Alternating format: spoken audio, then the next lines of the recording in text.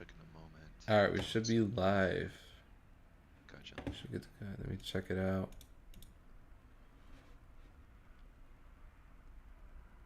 See it.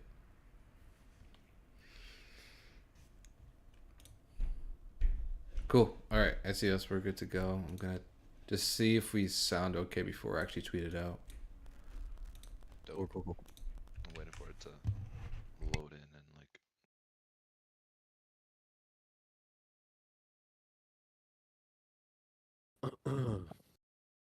Man, we actually have like a decent amount to talk about today. yeah, it's good. A lot of it stemmed from this week too, which is kind of crazy. Yeah, I'm still not happy with like just like the overall lack of news in general, but I don't know.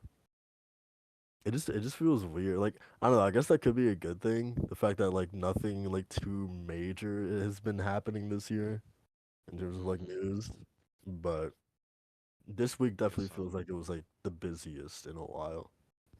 absolutely. All right, let's see. Give me a second. Talk, talk, talk. Damn, bro. I just said, goddamn. That's why I said all that. He didn't do it to make conversation. He just says so we can get the clear. That's funny. But yeah, I agree.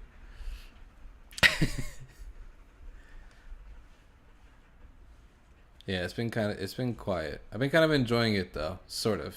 It left more room for annoying people to make their stuff, but honestly, the anticipation is just anticipation for new stuff is palpable. Are we good? Yes, ma'am.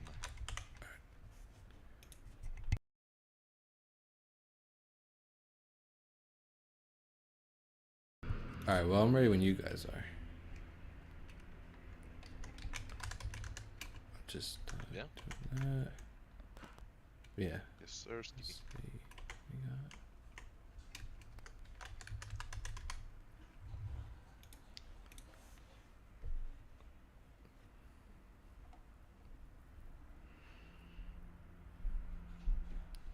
I like that we moved the podcast to 2 weeks now because it actually gives me more time to play games and to talk about them.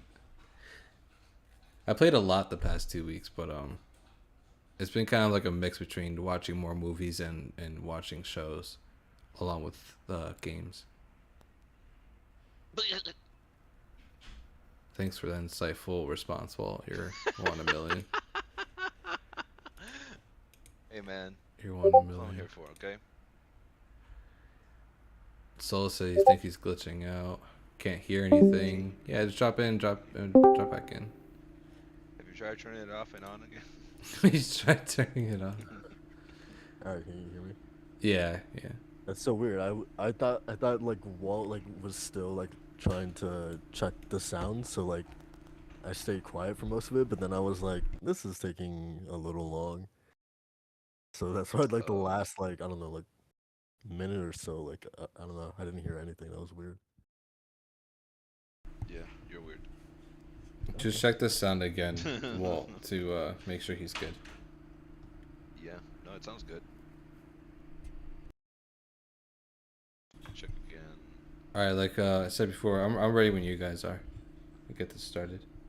Okay. Are you gonna check it again, or should we just go? I'll listen back to it real quick and see if we're good. Okay. So yeah, with that said, guys, welcome to the 97th episode of the DualShock Sense podcast. I am your host, the Soul Connoisseur Anime Wife, who's joined, as always, by my two co-hosts. We have Macho here. How you doing, man? All right, he's he's preoccupied. Sorry, wait. What happened? Did you call me first and I was checking sound? That's such a dick move, man. Hey man, you gotta stay on your toes, man. We sound good though. We're good. Yeah, man, I'm doing good, bro. How's it going, everybody? The King, Kingdom Hearts, and the Final Fantasy fanatic. I hope I'm doing my intro correctly right now. But yeah, I'm doing good, man. It's been been a busy few weeks with just having fun. Honestly, lots of games, movies, and TV shows. I've actually subbed to the AMC A list like stubs service they have. So I've been going to the movies a lot more often. I've been enjoying that. So I'm excited to talk about a couple of movies I've been seeing. But yeah, man, I'm doing good. Cool. And we also got Walt here. What's going on, man? I I am a man on a mission to play games and watch movies. I am well, man. I am fantastic. I am chilling. I'm playing games. It's crazy, ain't it? Playing games. It's been a while since I've been actually looking forward to games and future games and not and present games and clowning on games that are not even out. I love it, man. I love being a gamer. You can be toxic and lovable at the same time. So yeah, here we are. Mm, wise Hmm. words. Thank you, man. I love you. What? Anyway, we got a good show planned for you guys. There's actually a decent amount of stuff to get through. Before we do, want to remind everyone to go ahead and like the podcast, share it out, all that good stuff. Um, Before we jump into these topics, let's talk about the games or the things that we've been doing this past week, shall we? Um, Yes. who wants to go first? Macho, you got a jam-packed stuff to talk about. Let's start with you, because then whatever I got, it's a bit less. So kick it off. Yeah, me too. All right. Hold on one second. Get everything situated. Okay, we're good to go. Yeah. So the past 2 weeks have been a lot of Better Call Saul. Soul. I think I might have lapsed you in in your watch. You're watching for this show. I'm on season Mhm. 4 right now. Oh, okay. It's really good. I've been kind of binging it just since season 6 is coming out in a couple. It comes out Tuesday actually, for Netflix. So I've been more or less getting through that. It's really good. Love the show. It's such a great dynamic between the characters. It's just a lot of fun too. I've been talking to Walt on and about it, but it's really good. Um, I guess just kind of like blasting through the other stuff I've been watching since I mentioned before that I sub to the AMC stubs list, and I've been watching more movies lately, and they allow you to watch at least 3 movies per week. Not that like I have that kind of time, anyways, but I end up getting at least one or maybe two a week, depending on how I planned it out the week before.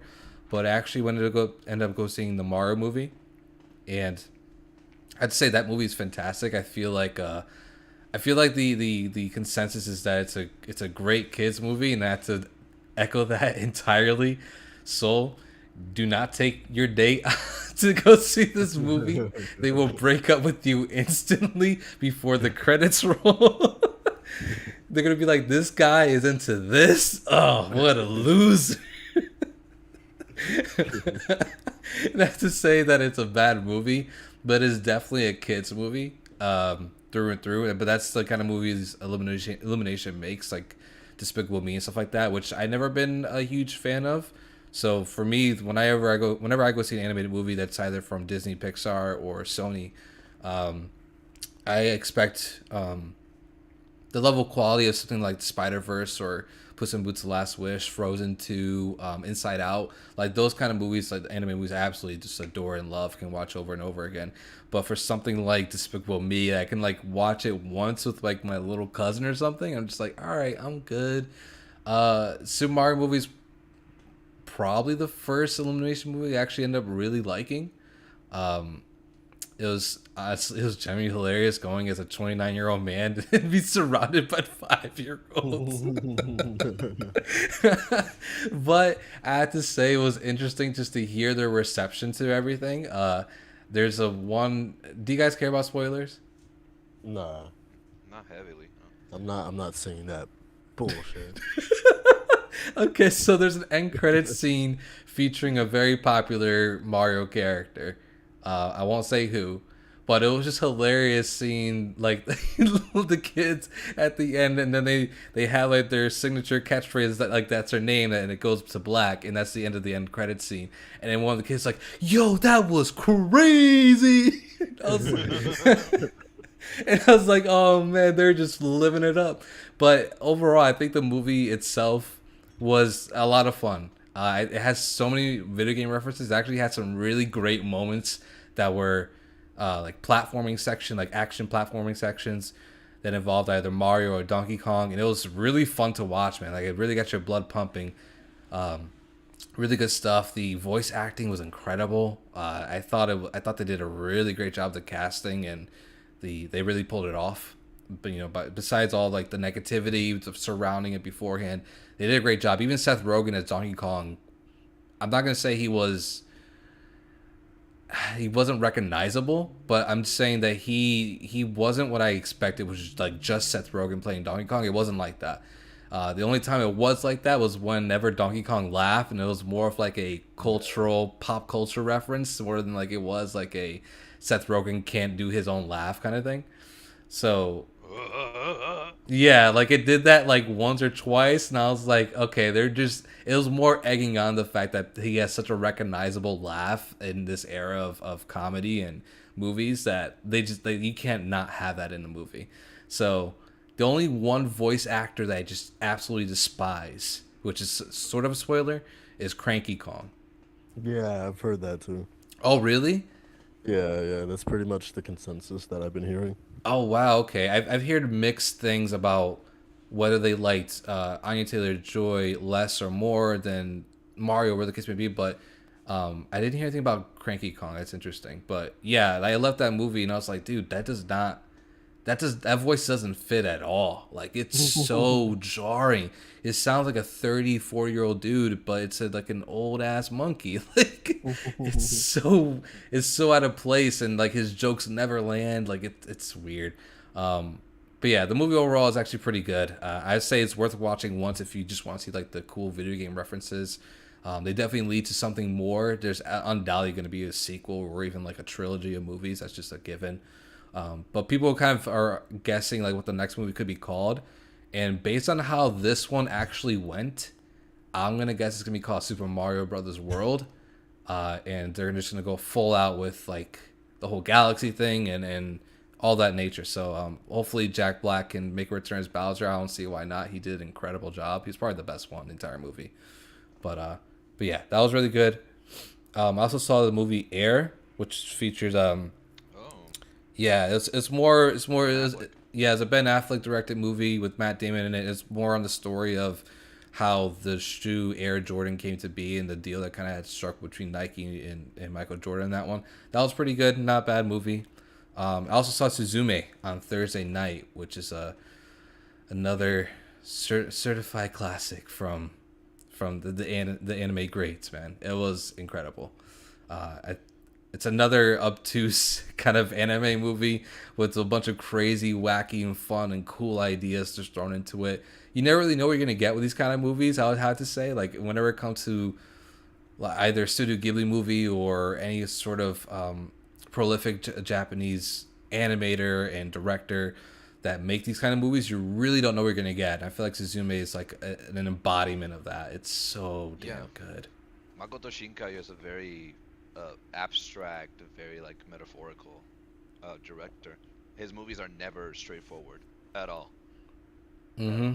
Yeah, I mean, I told you before that I still thinking about the movie like 2 hours after I finished it. Like I didn't want to play any games. I didn't want to do anything. I just wanted to think about the movie. 'Cause I was like, wait, what does this guy mean? And I'm just kind of floored by it. I think it's really great. I want to see now Your Name again and then watch Weathering with You to see how it compares to Suzume. But overall, I think it was like a great highlight of a movie showing to go to.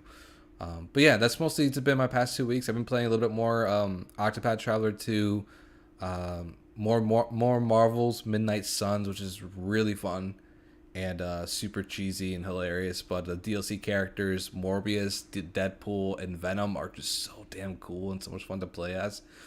Loving that game.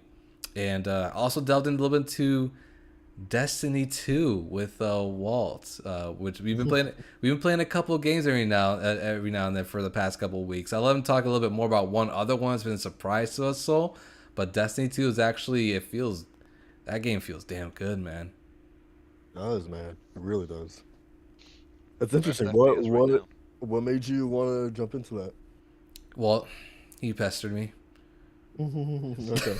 it's free. Why not? Yeah, I mean, it was free. It was free to play, and then, I kept hearing how great the shooting was in that game. So I kind of just wanted, personally, I just want like a little flavor of what Bungie has done with their franchise and what they can do for PlayStation.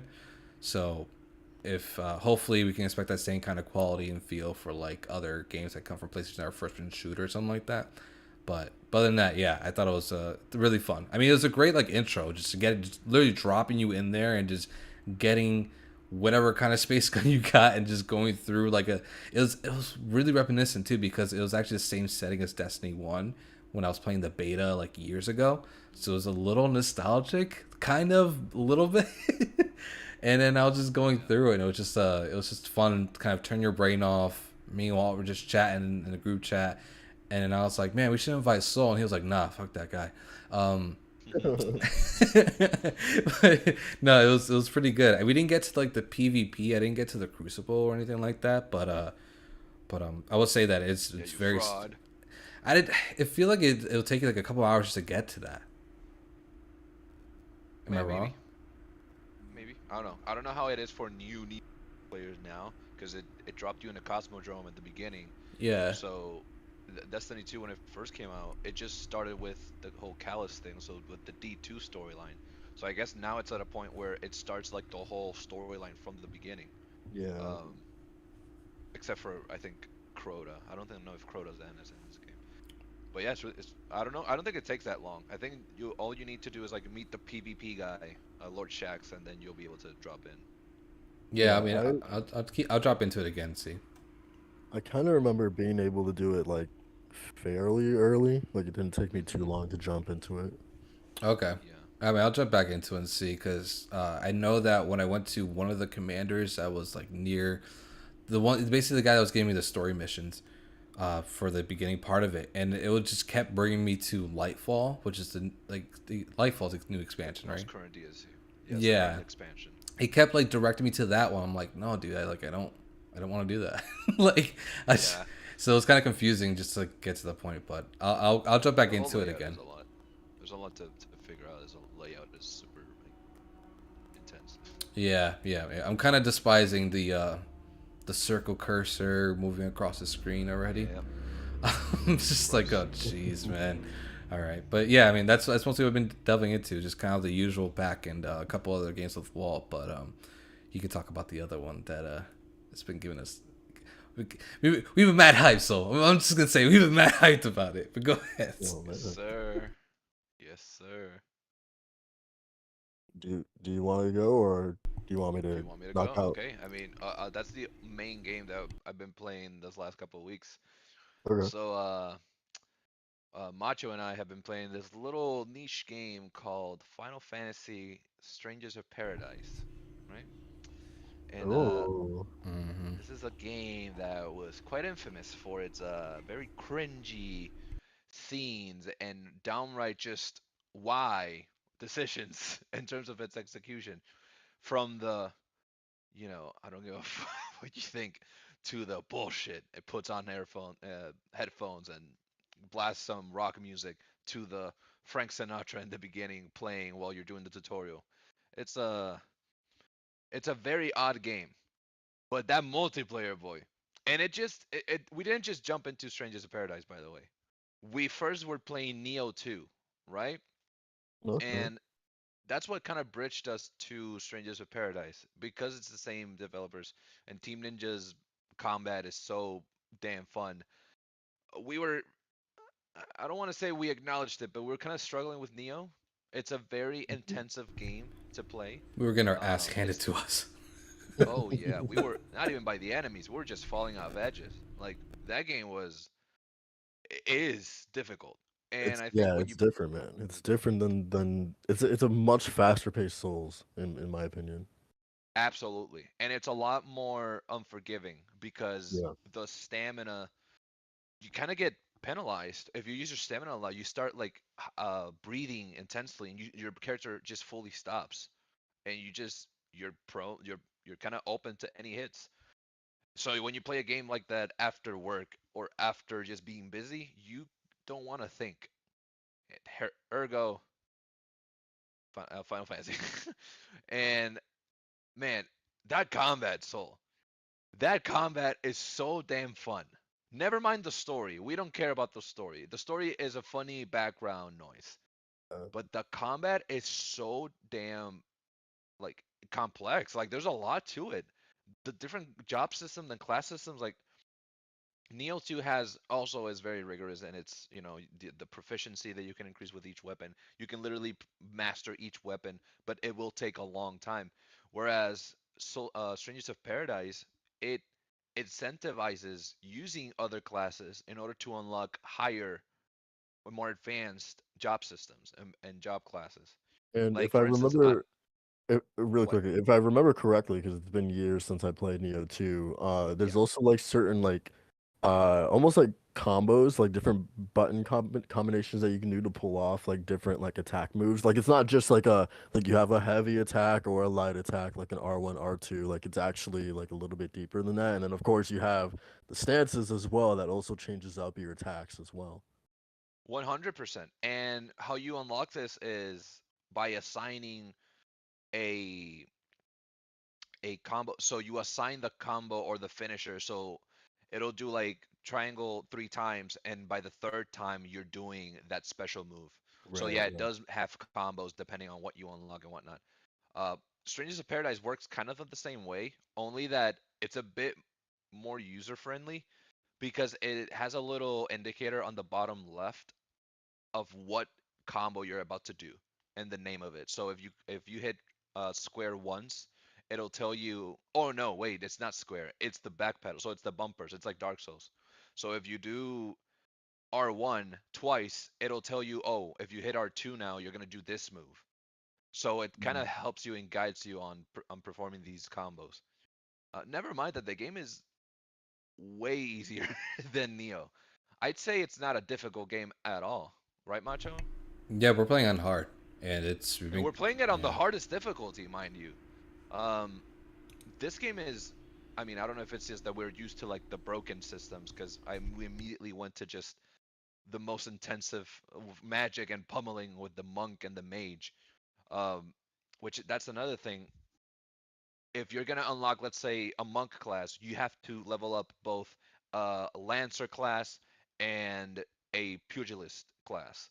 So it makes you play other job systems and other classes in order to unlock better ones, and it just keeps you engaged and it keeps you trying different flavors. It's not just the, yeah, you're gonna use it. If you use a spear, you're gonna pretty much win every fight. It Jesus kind of Christ, makes you man. like, I thought we were talking I thought we were talking about Neo 2 this whole time. And I was like, wait, there's classes in Neo? Wait, there's difficulty settings? I was like, I don't remember any like I know it's been years since I played Neo 2, but I don't remember any of this shit. bro said, I've been lied to. But no, okay, I Nah, got man, you. it, it, I'm on the it's same page. they're both very similar, but I'd say Neo 2 is the more cerebral game where you have to really think about each encounter, whereas Final Fantasy Strangers of Paradise is Unga Bunga game. Like it Also, truly is like a turn your mind off. also you guys saying that like it's not a hard game. It's I was like, what? I was like Oh, I was bro, like, no, we yo, stopped playing tripping. Neo because of that. We want to go Yeah. back to Neo. It's just too damn hard to play it when you've been working, because it's exhausting. I Yeah, mean, it is like honestly whenever we played Neo 2, I would just jump in. I'm like, yo, I just want to press buttons right now, and this game won't let me. And I keep switching weapons. I'm not having fun with either of them because I have to learn everything. Like when it comes to the key gauge and how to monitor that, and then also my combos. Like Stranger Paradise is way more jump in, have fun, kick Yeah. some ass. So for Gotcha. sure. It's great, Yeah, man. I gotta show you. I'm gonna drop in the chat one of the because I when I was playing it, I recorded like not all of the boss fights that I did, but like most of them.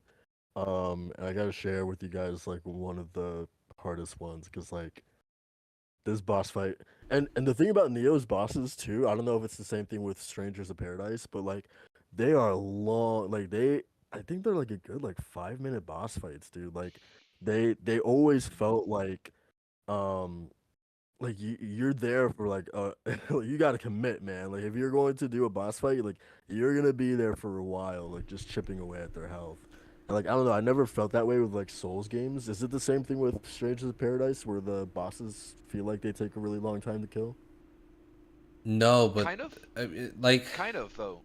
There's a yeah, whole posture thing where you have to first decrease their posture to kind of do heavy damage on them. They don't feel drawn out like Neo, but they do feel long in the sense that there's two faces to them, and they yeah. sometimes feel a bit chunky.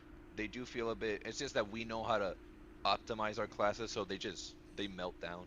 Yeah, I mean, the Um, one boss we had trouble fighting was the fire and water elemental because it kept switching back and forth. And I remember we switched classes like our second or third time that we died because we realized that now the flow of it. So like you would do magic and I would go in for hits with the axe and do major stun damage while you were firing off a water or fire spell. And we kept like alternating between that as we kept healing back and forth. So that's how we were able to beat it. But that's what makes it so interesting and fun and dynamic too because we are two different classes and the boss was sometimes aggro to either myself or Walt, we were able to kind of change our gameplay flows right then and there. And we're able to do that because we're able to change between two classes at one time. So I'll be a pugilist, I'll be going in for some hits, blah, blah, blah, and Walt will be doing like a magic attack, and then he did a huge water spell or something like that, and the boss will go towards him, and that means I'll be able to switch to my axe, pull off a charging spell while he's like doing some blocking or something like that. So that's like the dynamic that comes between that we didn't get from Neo 2. When Neo 2 we had to like go in, back out, uh, get rid of like the shadow realm at the bottom with our key gauge with the correct pressing timing, and then we had to keep going and back. defilement. Yeah, and then we kept getting our butts kicked at the same time because it's a lot harder with two people and restarting like halfway through a stage or something like that. Yeah, it was That's tough. another thing, bro. Something that here's the thing, man. I'm all for challenge, and I'm all for difficult games. But Neo 2, when you compare Neo 2 and you compare Strangers of Paradise, you see the difference between like just borderline BS and oh, this is difficult, this is fun. Because for for Neo 2, when you join someone, when you join you do co-op, there's a shared bar that every time you die, it decreases. And if it decreases all the way down, if you die enough times to where it decreases all the way down, you have to start the level all the way from the beginning. And Mm. something that Strangers of Paradise does is you died, okay, do you have a Phoenix down? All right, pick him up, pick him back up. And that's it. Keep doing it. Rinse and repeat. It's like, oh, damn, Macho, I need to get revived. I don't have any Phoenix Downs. All right, I got some spare ones. I'll revive you. And it's more based on how you manage your resource versus if you die, you're kind of screwed. There's no going back from it. There's no recovering the bar. So it's a lot more of a fun game. It's a game. Game should be fun. But I get it.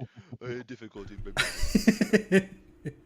I will say that I'm having a ton of fun with Stranger Pair, way more than we thought. Like we had some like really epic moments with boss fights. The music is just incredible, man. The stages are really fun and easy to go through. Yeah, I mean, this game has absolutely surprised me. The story, it's fine, it's fun, it's simple, and it's really Goofy. cool. Yeah, it's goofy, it's fun for what it is. As a Final Fantasy One fan, it's cool seeing the little nods and throwbacks and stuff like that. So it is what it is.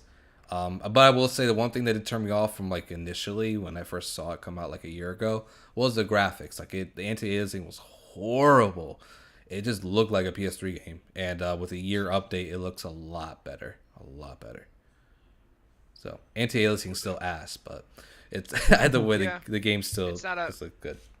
it's not a fantastic looking game, but I think it looks good enough to have fun. That's it. Like it's not a game where the graphics are the main like star of the show. I like it. Pretty cool. Nice. Pretty cool stuff. I'm gonna be honest. I would have never expected you guys to be playing that game, but But y'all do you, I'm like man. that clip from Paul Rudd and Hot Ones where he's like, look at us. Who would have thought? Not me.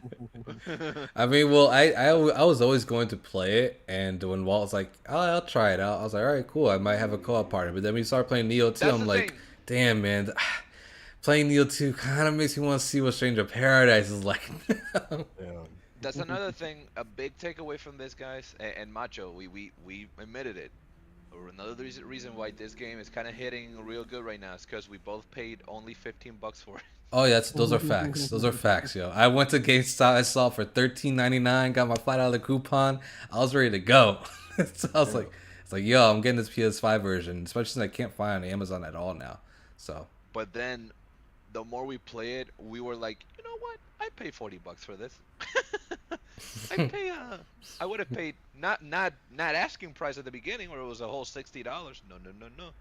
No, no, no, no, no. I don't think so. But hey, I paid 14 bucks actually with the coupon. Yeah, I paid it was almost 13. Man, this game bang for your buck, boy. So good. play with us, So so damn play good. with us. Yes, play Hell with no. us. Hell no. It's up to 3 people, Soul. Hell no.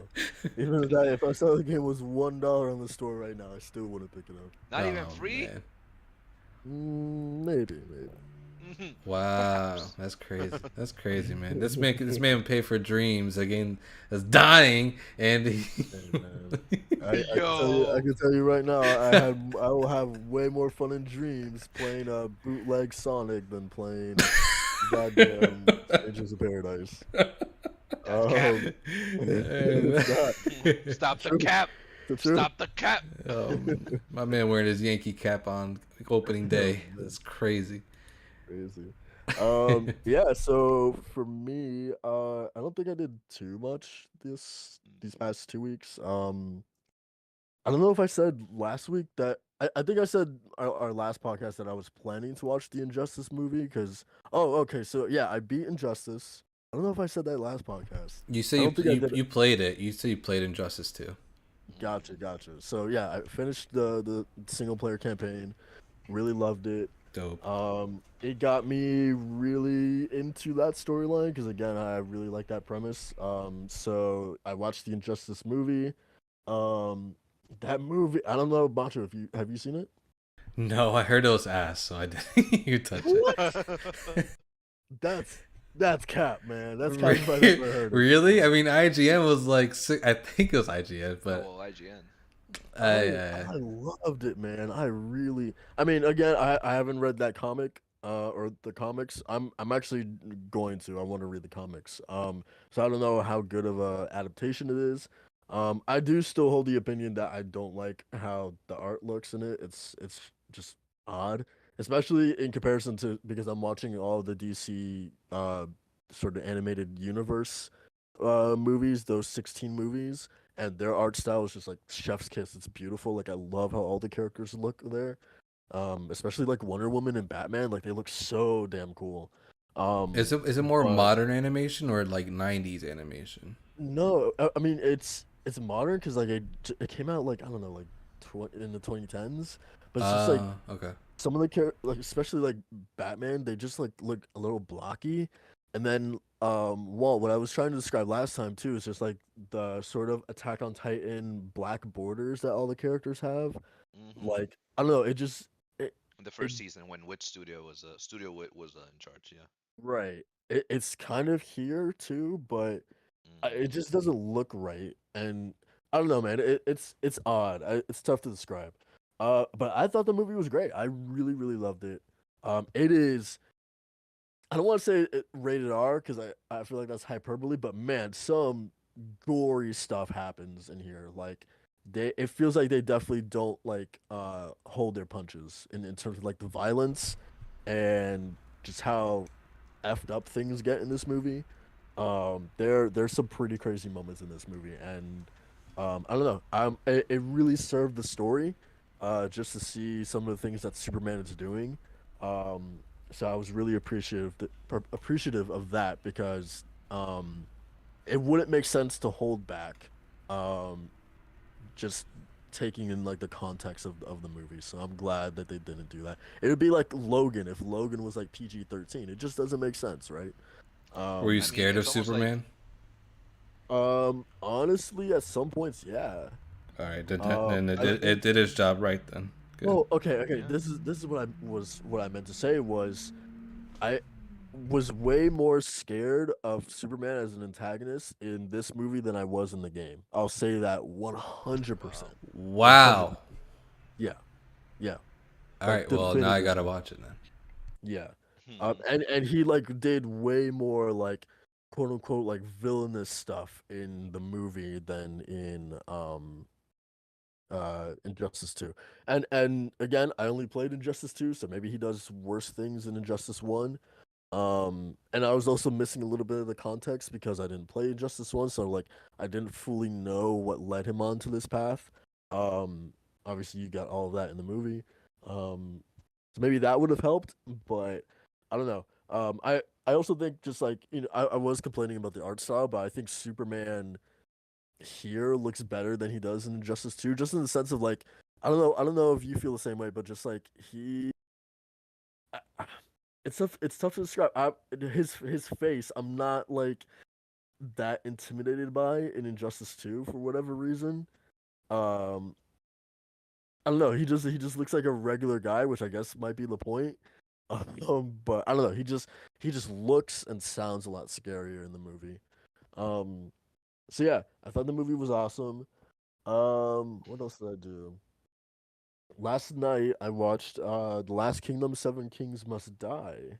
Oh, I can't Um wait. I can't wait to watch it. yeah, I was up until like 5 in the morning watching that. Um the it it's a pretty good conclusion, I think, Hmm. to the overall thing, to the overall story. But Um I think Walt, the issue is that like we've gotten what 5 seasons of The Last Kingdom, right? yeah, 5 beautiful seasons. And I just think we've it feels like I've been there, done that. So like all the plot Mm, twists, all the major story beats and stuff like that, they're done. um, it just feels like I've seen them all done before. And so when the major final battle happens towards the end of the movie, it's like Uhtred has all these grand plans, to trick the enemy, and it's Yeah. like, oh wow, their back is really up against the wall this time, right? How are they gonna make it this time? And it's just like when the plan finally happens, it's like, okay, like I was expecting something um to really surprise me this time, but it's like, okay, well, I feel like I've seen this before. I've seen him do this exact thing before, Um Yeah. so I guess that's sort of the trouble you run into when you have so many seasons of this thing, I of think these kinds also, of shows. I don't think just many seasons, but I think that they went so far and beyond on their execution in the previous seasons. I mean, even the latest season, season 5, and that last battle, and the way that their back is against the wall, it's like, wow, like what are they gonna do? Like Hmm. legit, you're like literally, they are all about to get wiped out, and then you see how everything comes to fruition. You're like, oh wow, this is kind of epic. And I think any like major twist, like season 1 through 3, kind of did him already, Hmm. especially in the beginning with uh, what was the nephew's name? Uh, God, uh, the one that was like the most annoying little villain in the whole franchise. Oh, Do you remember him? Ethelwald. Ethelwald, yeah. That everything concerning that guy and that character was just incredible in all the Yeah, plot twists and it was every great. way that he would just get away with shit. Yeah. And when you lose characters like that, when you lose a King Alfred, when you lose a what was the daughter, the queen, the Yeah. queen's name? Ethelfled. Ethelfled. When you lose characters like that, it's like you're kind of losing cornerstones of your show. You Hmm. kind of have to work with the new kids on the block. And I don't think the new kids on the block kind of are all that compared to previous characters. Not that they're bad, but they're just like they don't hold in comparison. So It's and to their credit, I think they've done a fairly, because I agree. Like they have killed off a ton of like really really like cornerstone characters, and so Mhm. by the time you get to this movie, it's honestly like you're looking around and there's not too many familiar faces around anymore, which I guess it's inevitable because like again this thing takes like over the course of like several years, possibly decades, Yeah. right? And Even though the Utra's character still looking young as hell. exactly, even though the characters don't look that, which is so funny because I actually read one of the later books, and like Richard's like he's old and he's like showing his age in that book, and it's funny because this movie starts off with him looking a little older, but Mhm. then once he's got his mission and it's time to get going, he cuts his hair. It's right back to his normal Yes, hairstyle. sir. He looks the same. Which um, I will say, because this show does have touches of supernatural slash, the beyond. It feels like almost like Uhtred is this undying figure, and it kind of fits this theme of like Uhtred is just like living through all of it, like a vampire. It's like, no, he's cursed with reliving the same all over again, because he's always like shunned. But then everyone's like, oh, Uhtred knows what to do. Yeah, this man is like OP. This man's broken. If he dies, the show doesn't work. If he becomes old, the show doesn't work. You need this man to be optimal peak form. And I just think like Alexander Draymond is just like incredible for that role. So why would you age him, mhm. Why would you make an older Uhtred? To serve the I mean the story still works even with him immortal. An immortal young man. Um I don't know. It's I'm glad that the movie still is good, but it's not. It doesn't feel. I guess it doesn't feel like for you like oh like it did anything revolutionary, right? Right. It's a nice um I think it's a decent conclusion. I wish Mm, that there were certain characters there that weren't ultimately. interesting. Um, Okay, but yeah, I enjoyed it for sure. that's good. So yeah, watched that last night. Um, I don't know if I said I watched Dungeons and Dragons too, a while Oh ago. no, you didn't. Oh wow, that was on my list too of movies to watch. So good, Yeah, so I good. liked it. Also that was my first time in a Dolby theater. So Bro, Wow. Okay. yeah, bro. yeah. Let us So know, man. What's up? hey man, that shit was nice. Yeah. They just Low spoiled key, you. hey man, low key, I felt like King Alfred sitting on his throne, man. Like, whoa. um, Bro. but so the funny thing was is that I took my shawty to go and see it. But so Sir. we had like a few time slots to pick from, and I'm not good as you guys know. I'm not good with showing up to things on time.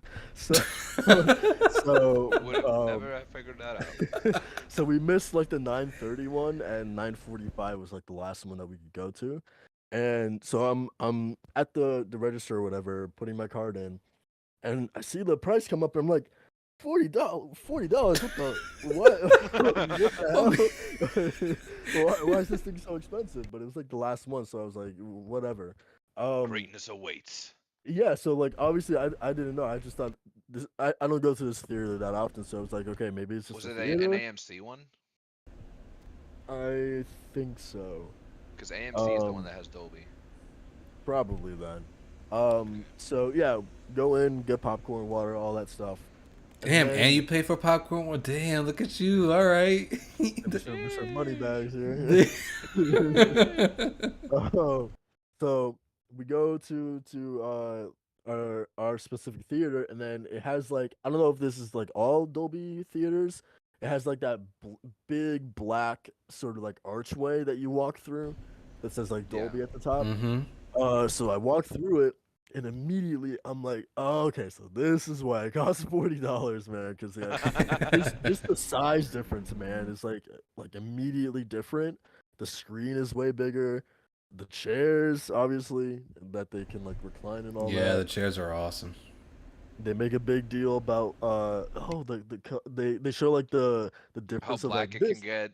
and Right, like, like yeah, this is the old shitty theater screens, and this is a theater's still on. Dolby. Yeah, Theater's still on though. And like, oh hey, by the way, this this screen, it's still on. It's like I knew that. Like it's black, but it's not an OLED. Jesus Christ, and then it's calm like, down. this is how fire looks in a Dolby screen. Yeah. um, but yeah, so I really like the movie. Yeah, And yeah, it's the fun. theater experience was pretty cool as well. Yeah, you got it. Um, I'm gonna try to make that more of a reoccurrence because I watched Avatar 2 in IMAX 3D, which was an experience. But then I watched it in Dolby Cinema, and bruh, Yes, sir. If I oh, had told you, like, bro, you gotta, because that's how I watched oh my my first movie god, that I watched in Dolby Cinema was which one was it? It was Black Panther: Wakanda Forever, and that oh was an wow, experience. That was an experience. And then I watched Avatar, The Way of Water, and bro, that it hits it's a different, different man. beast. I'm gonna go see Guardians of the Oh, Galaxy 3 in Dolby. I was like, is there a Dolby showing? I'm going to oh, that. I don't care what time. I'm going to it. yeah, I gotta figure out like what's the next movie that I want to, because obviously that's not a thing that I you want to do like every single time, but no, like, you need money, you know. It's expensive. but I That's why feel the like AMC stubs list, like that's why I sub to, because you can choose any format for any movie, but it's $25 a month, so it's pricey. But if you go to the theater 2 times in IMAX, you make up for That's a better deal than Game Pass. I mean, that's really cool. it. The funny thing, um I have the Game Pass mentality when it comes to the subs. So I'm not gonna lie, I went to go see Mario movie. You think I'm gonna pay But $18 for that ticket? Hell no. man, and it's almost like new movies come out every time, right? So you're always on a constant stream of new stuff. So you're not wasting that subscription, right? Exactly. It's crazy. sheesh. It's kind of crazy, man. um but yeah, so watch that, and then Who's your favorite character out of the group? um hmm, the girl who could like transform into like animals or whatever. Oh, the druid. Yeah. Okay. Nice. Yeah, she was Yeah. cool. Yeah. Cool. But then obviously I like the barbarian, Yes, Michelle. sir. I Michelle mean, Rodriguez, come on, baby. Michelle Rodriguez and anything, Yes, bro. Come on, sir. come on, man. Sign me Uh, up. Uppies, uppies. yeah, man. She was my favorite part in the Resident Evil movie. Come on Yes, now. sir. Um, but yeah, so really had a good time with that movie. Um, And then, so yeah, I think that's pretty much it for. Obviously, I'm still chipping away at like the DC animated movies. I watched Justice League Dark. Really, I think that's probably my Oof. favorite. Yeah, I think that's my favorite one so far. The animation in that movie, oh, woo wee, that's a good, that's a good That's a movie. good one. That's a good movie, bro. Bro, And that that's movie is dark. Like, no pun intended. That movie is gruesome. yeah, it's cool. That's also Zatanna's like first appearance in these movies as Amen, well. brother. Yes, sir. Amen, Uh, brother. games really quickly. Already talked about Injustice. I think the major thing. Actually, let me get this one out really quickly. I caved and did download Elder Scrolls Online because they were having like a free Oh, trial. man. But you guys will be happy to know that it only lasted an hour before I uninstalled it. All right, um, I'm glad you back and did that statement because I was about to kick your ass out the Discord chat right now. When Final Fantasy 14 is only free, but we had Stormbound expansion for free right now until May 8th. Go and download it. look. So I made my character. She looked really cool. Um, but I quickly realized as soon as I got into the first combat encounter, this combat is ass, bro. Amen, it's like brother. it's like a normal Elder Scrolls game. It's So worse. It's and worse than another Scrolls game. probably. And like, I don't imagine that this is the same with FF14. That's a No. game that actually has good combat. So, Yes, sir. Oh, um, man. yeah. So I was This like, man over here brown nosing. so I was like, you know what? I don't want to deal with this for like the next, I don't know, 80 hours of this thing or however long. So yeah, uninstalled it and 80 did not hours, he look back. says. Bro, that game is hundreds of hours of content. Yeah. So yeah, did that, and the major thing that I played was Chia on PlayStation Plus. Whoa, whoa, wait, where's Soul? The fuck? Oh, wait a What do you minute. mean? Yeah, What do what do you Why you are you mean? mean? What are always you talking buying the about? most random games? No, like the hell? I know the game. I know it's not an underground game, but like I don't expect these games from you. So I think what he is saw to what the are you doing? servers. That's why he's able to play it. Yeah, yeah. No, but still, like play it, bro. Destiny, not Destiny. Goddamn Strange in Paradise is super cheap, and he said that if it was free, maybe. So this man, he don't play anything. He don't play everything. Okay. Yeah, yeah. Um, but yeah, I beat it. I think it took me I think 12 hours is what the PS5 says. But it's a really, really fun. I really enjoyed it. I think it's more Wind Waker than Breath of the Wild because obviously people they see the glider and they're like they do the Leonardo DiCaprio meme and they're like Breath of the Wild, Breath of the Wild. um, but it's a really chill kind of cozy vibes game where you're just kind of like sailing around to these two islands. Um, the story, the basic premise is that Chia's father gets kidnapped by this like mysterious group, Yeah. and you have to go rescue him. But it gets really weird towards the later half of the game. Um, weird, I think, in a good way. It's really interesting. Um, but I think sort of the main crux of the game is that you're exploring these two islands and obviously it's open world and you're collecting these little fruits to improve your stamina. You do have like a Breath of the Wild-esque stamina meter. You start off with 20, but every piece of fruit that you collect on the island bumps it up by one. Um, so literally most of the game is just like running from place to place, going from island to island, doing these certain tasks for people that will eventually lead you on a path to rescuing your father.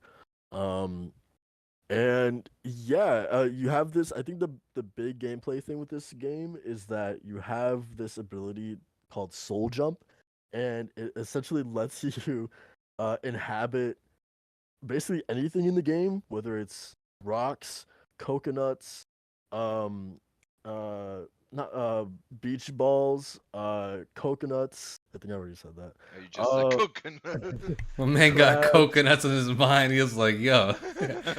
I'm thirsty, brother. crabs, fish, shark, Coconuts. uh, boars, like literally pretty much I think cars too you can inhabit and just like drive around.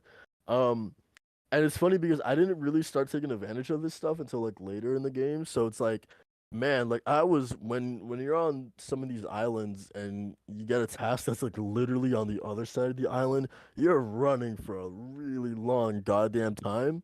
And it's not until like later in the game where I realize, why don't I just take the soul of a goddamn zebra and just like run over there, or take the soul of a goddamn bird and just like fly over there instead, right? So it's like really That's a taking advantage. wild ass sentence, bro. Yeah, yeah, it's cool. Um, This man is yeah, soul so sucking. and just like my name implies, man. Um, Whoa! Whoa! Whoa! um, but yeah, so it's This man really is really horny, cool. yo. Hey, man. This is combobulated. No, this Oh. sounds um, like Mario Odyssey, where you can inhabit just items. I love that little gimmick and stuff in yeah, games. yeah, and it's fun to hear because I was listening to Minmax talk about it, and it's like, damn, I didn't think about any of these things because like I guess it is a little bit Breath of the Wild in the sense of like your creativity is like really the only thing that's holding you back in terms of like what you can do. So like for instance, Mm. every time I was on like these really really high cliffs and I needed to get all the way down to like the bottom of the map, I would just like I approached it the same way every single time, and I don't know why. I literally just got to the top when I needed to get down. I would literally just use my glider and just do that. But these guys on the podcast were saying, "Oh, I would just soul jump into a rock and just literally roll all the way down to the bottom of the cliff." So it's like you could do like weird little things like that, which would probably get you there a lot quicker because the way that I did it with the glider is that like I would run out of stamina so quick. So I would have to like use the glider and then stop using it and then fall and then pull out the glider again and then slowly fall a little bit and then put the glider away. fall really really fast and then pull out the glider again, right? So like having to like tease that kind of system a little bit, but like I don't know, the way that they did it was like a lot smarter.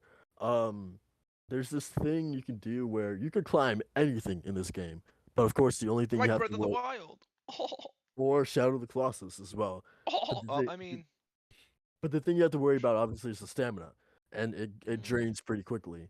Um, but one of the things that I found out you can do like super early on in the game was like, there's a bunch of trees in the game, and you can climb to the top of it, and you can kind of swing the whole tree like back and forth, and then like obviously you have to get the timing right. Um, but if you basically you can basically like catapult yourself off of these trees and send yourself flying, and just simple things like that, it's just really really fun. um so yeah, it's a really really fun open world, just exploring, walking around, and seeing like how you can sort of like bend the game and what you can and can't do. to your um will. it has Last of Us Part 2 esque. Remember that guitar mini game where you got to like, play songs on Ellie's guitar? Yeah. It has that exact same thing here. I think maybe my one complaint about this game is like there's a lot of songs. So there's a lot of that specifically, and it can kind of get a little tiresome. I was listening to another podcast talk about it, and this guy was like, I only played an hour and I was already made to play 3 songs. And I was like, oof, yeah, that is a lot. And these songs are pretty long. Um, Mm. the interesting thing, and this is the last thing I'll say about this game before we can actually move on, is that the interesting thing about this game is that you can skip entire gameplay sequences. Like it's it's pretty nuts. So like in the later half of the game, there are some sequences that I was really not feeling.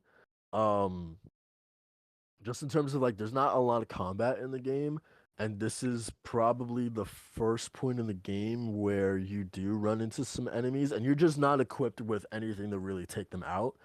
There are these like weird enemies made out of fabric, so ideally what you need to do is you soul jump into lanterns and you roll your ass over to them and burn them, or you can soul jump into a pit of fire, pick out a log and then roll as the log that's on fire, and then catch those fabric little demon ghosts or whatever on fire. That's literally the only way to defeat them. It's really tedious. It's really boring because there's like 30 of these guys that you have to kill in like 3 straight missions, and I killed like maybe 8 of them. And the thing is that you run out of these lanterns, um, and the fire goes out when you turn into a log. So like if these things are far away, you're screwed.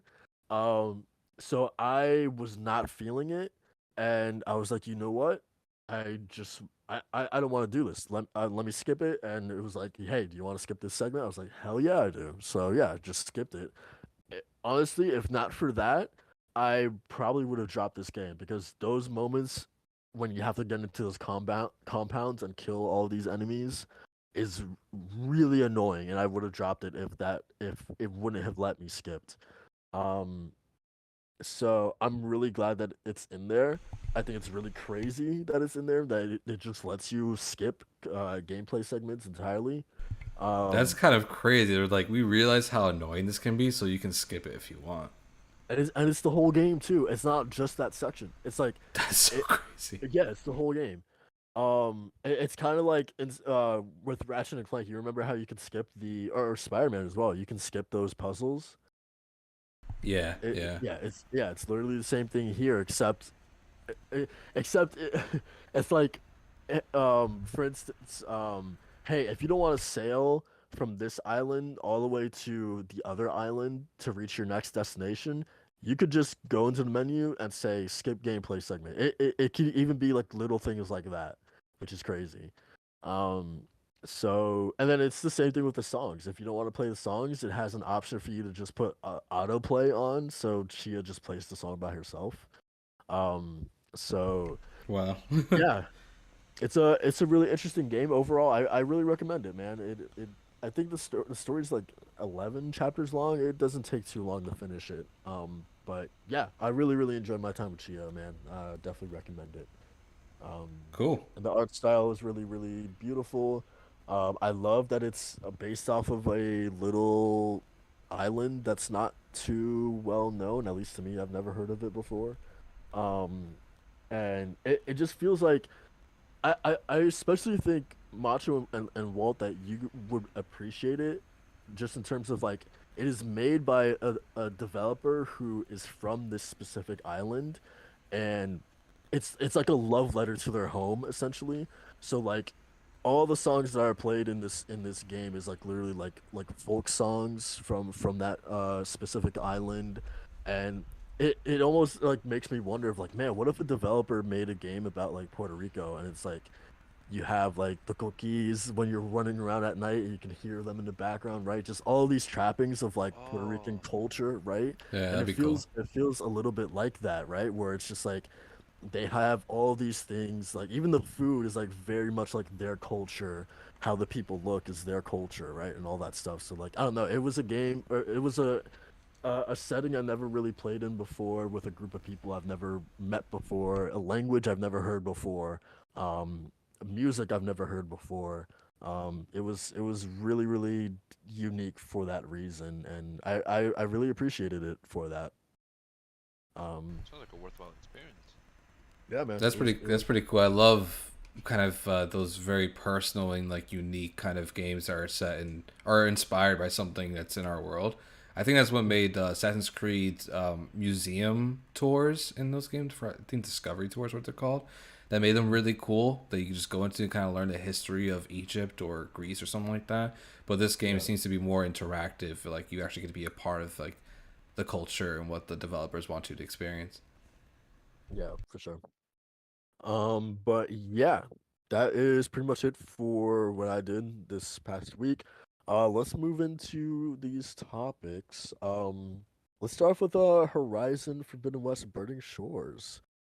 Um, it's funny because I feel like I was gonna like send you guys a message in the group chat about man, are you guys nervous about this DLC because like again, it's a DLC, so like it's not like we need like a state of play or anything like that. But like I was just like, man, like we haven't seen any previews about this. We haven't really seen much trailers. Like even the pre-orders trailers was just like I feel like it barely showed us of like what this location actually looks like.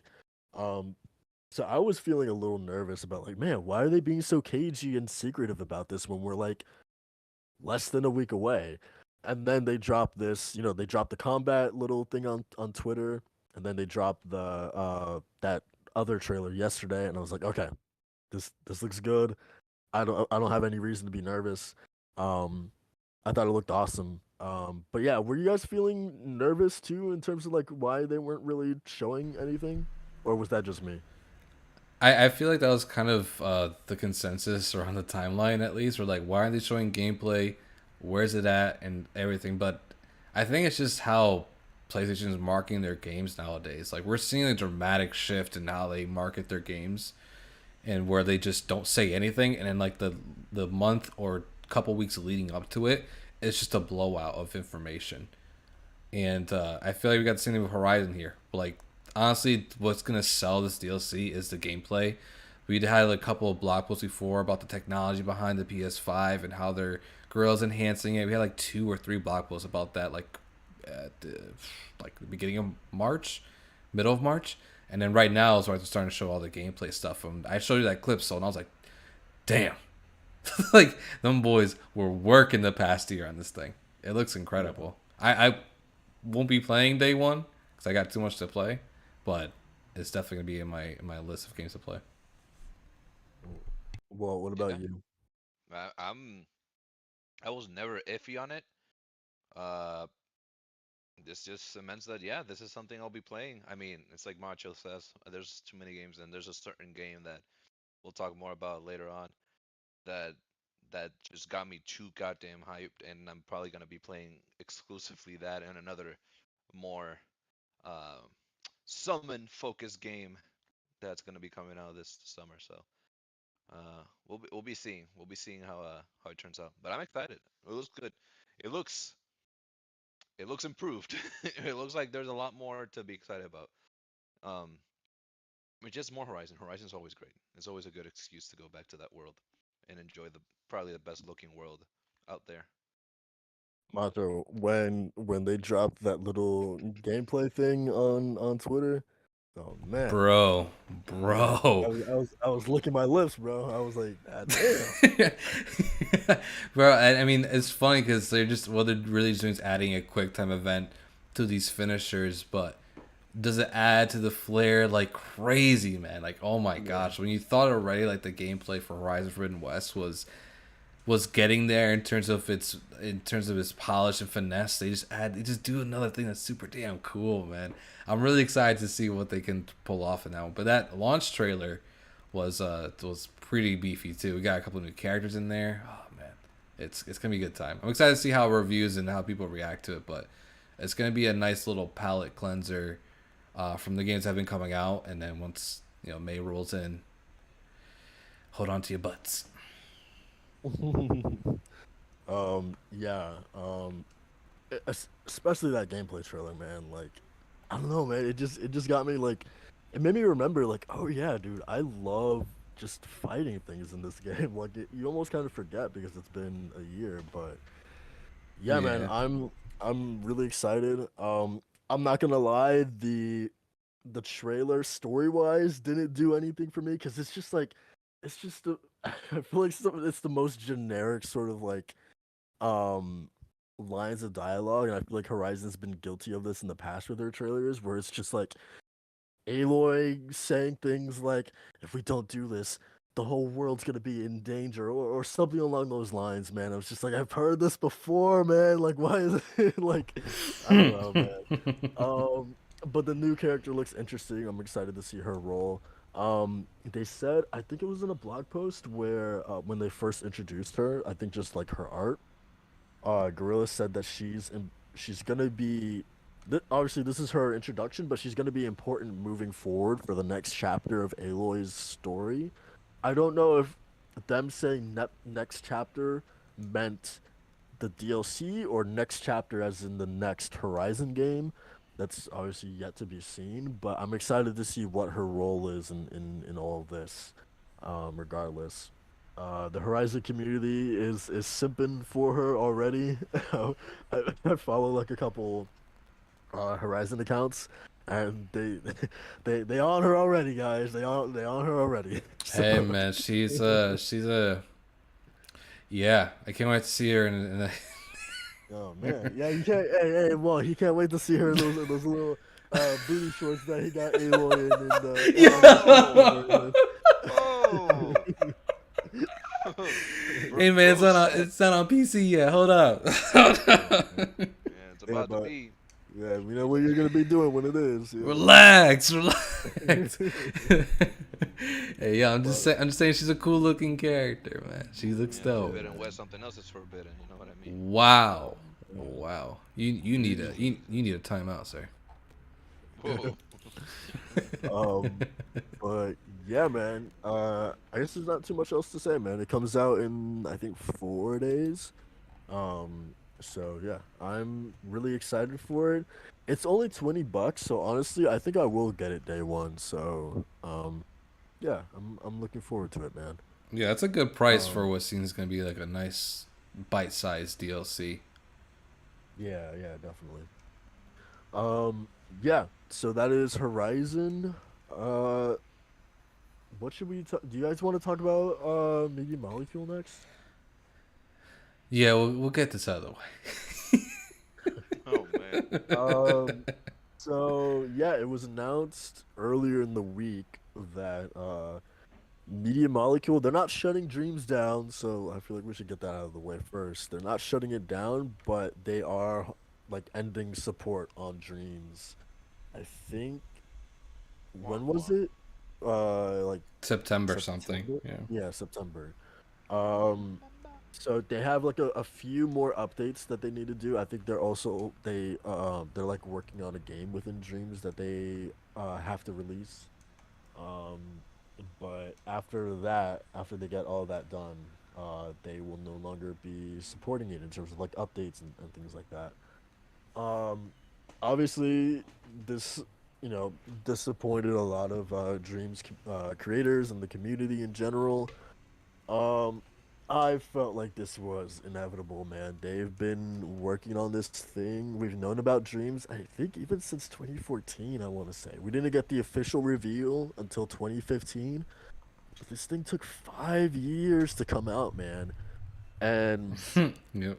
I don't know. I feel like other studios get shut down for less, if that makes sense. Yeah. Mm. Like it is rare to be afforded that much time to work on a game and then for a game to come out not sell well, to not have microtransactions in it. So it's like, how is Sony even making money off of this, right? It's just like it's crazy that it's been given this much time. That's the most surprising thing to me, that this didn't happen sooner. But what about you guys? What's been your sort of overall takeaway from this happening? I mean, real quick, I just think it's impressive how it's lasted so long, and there's still so many people going off on how with the creativity factor, and like I just appreciate what it's been, and what I appreciate seeing other people's creations. It's not so much about me and like playing the game. I've never really played the game or gotten interested in it, but just partaking and admiring what people make in it. Yeah, this felt it felt like, there's gonna be better engines, there's gonna be better things to utilize in the future. So this just kind of felt like the natural progression of things. But that's pretty much it. I don't really have like hard feelings on it or like strong feelings about it. I'm just glad it lasted as long as it lasted. How about you, Macho? I echo the sentiment. I don't really know what to say. I mean, I think it's really funny just from honestly, if this would have popped off when Twitter was really at its height for gaming, I feel like it would have been a lot more successful. And eventually, not only that, but putting it on PC as well, that would have done like so well.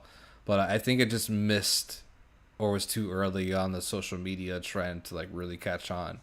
I know I had like a big community and everything, but eventually, Media Molecule doesn't go work on something else. So thankfully, they're gonna go work on something else now, whatever it may be. But yeah, I agree with you. So I think that for them to be allowed that much time to work on one game that just bombed, like it was a flop, is kind of crazy. But whatever they work on next must be really damn good for old Jimmy to keep them in business. Jimbo.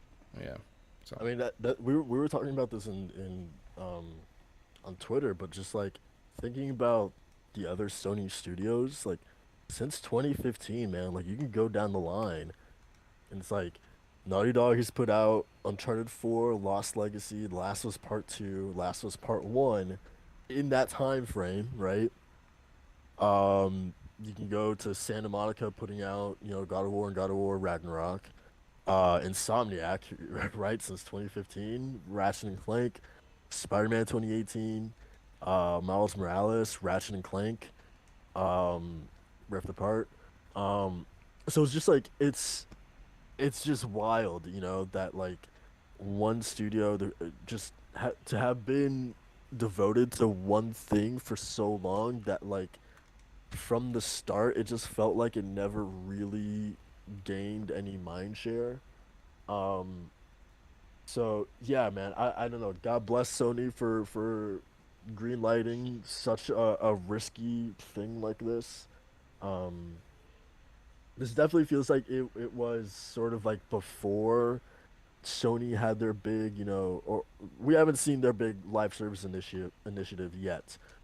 This definitely feels like this is like the era that came before that. So like maybe they just didn't know how to handle a game like this. I feel like if Dreams came out in like 2019 or 2020, God, can you imagine if it came out during the pandemic? But like in this new wave of PlayStation where they are trying to push more towards live service, maybe it could have done better then. Who knows? But yeah, Macho, I think you were alluding to it a little bit.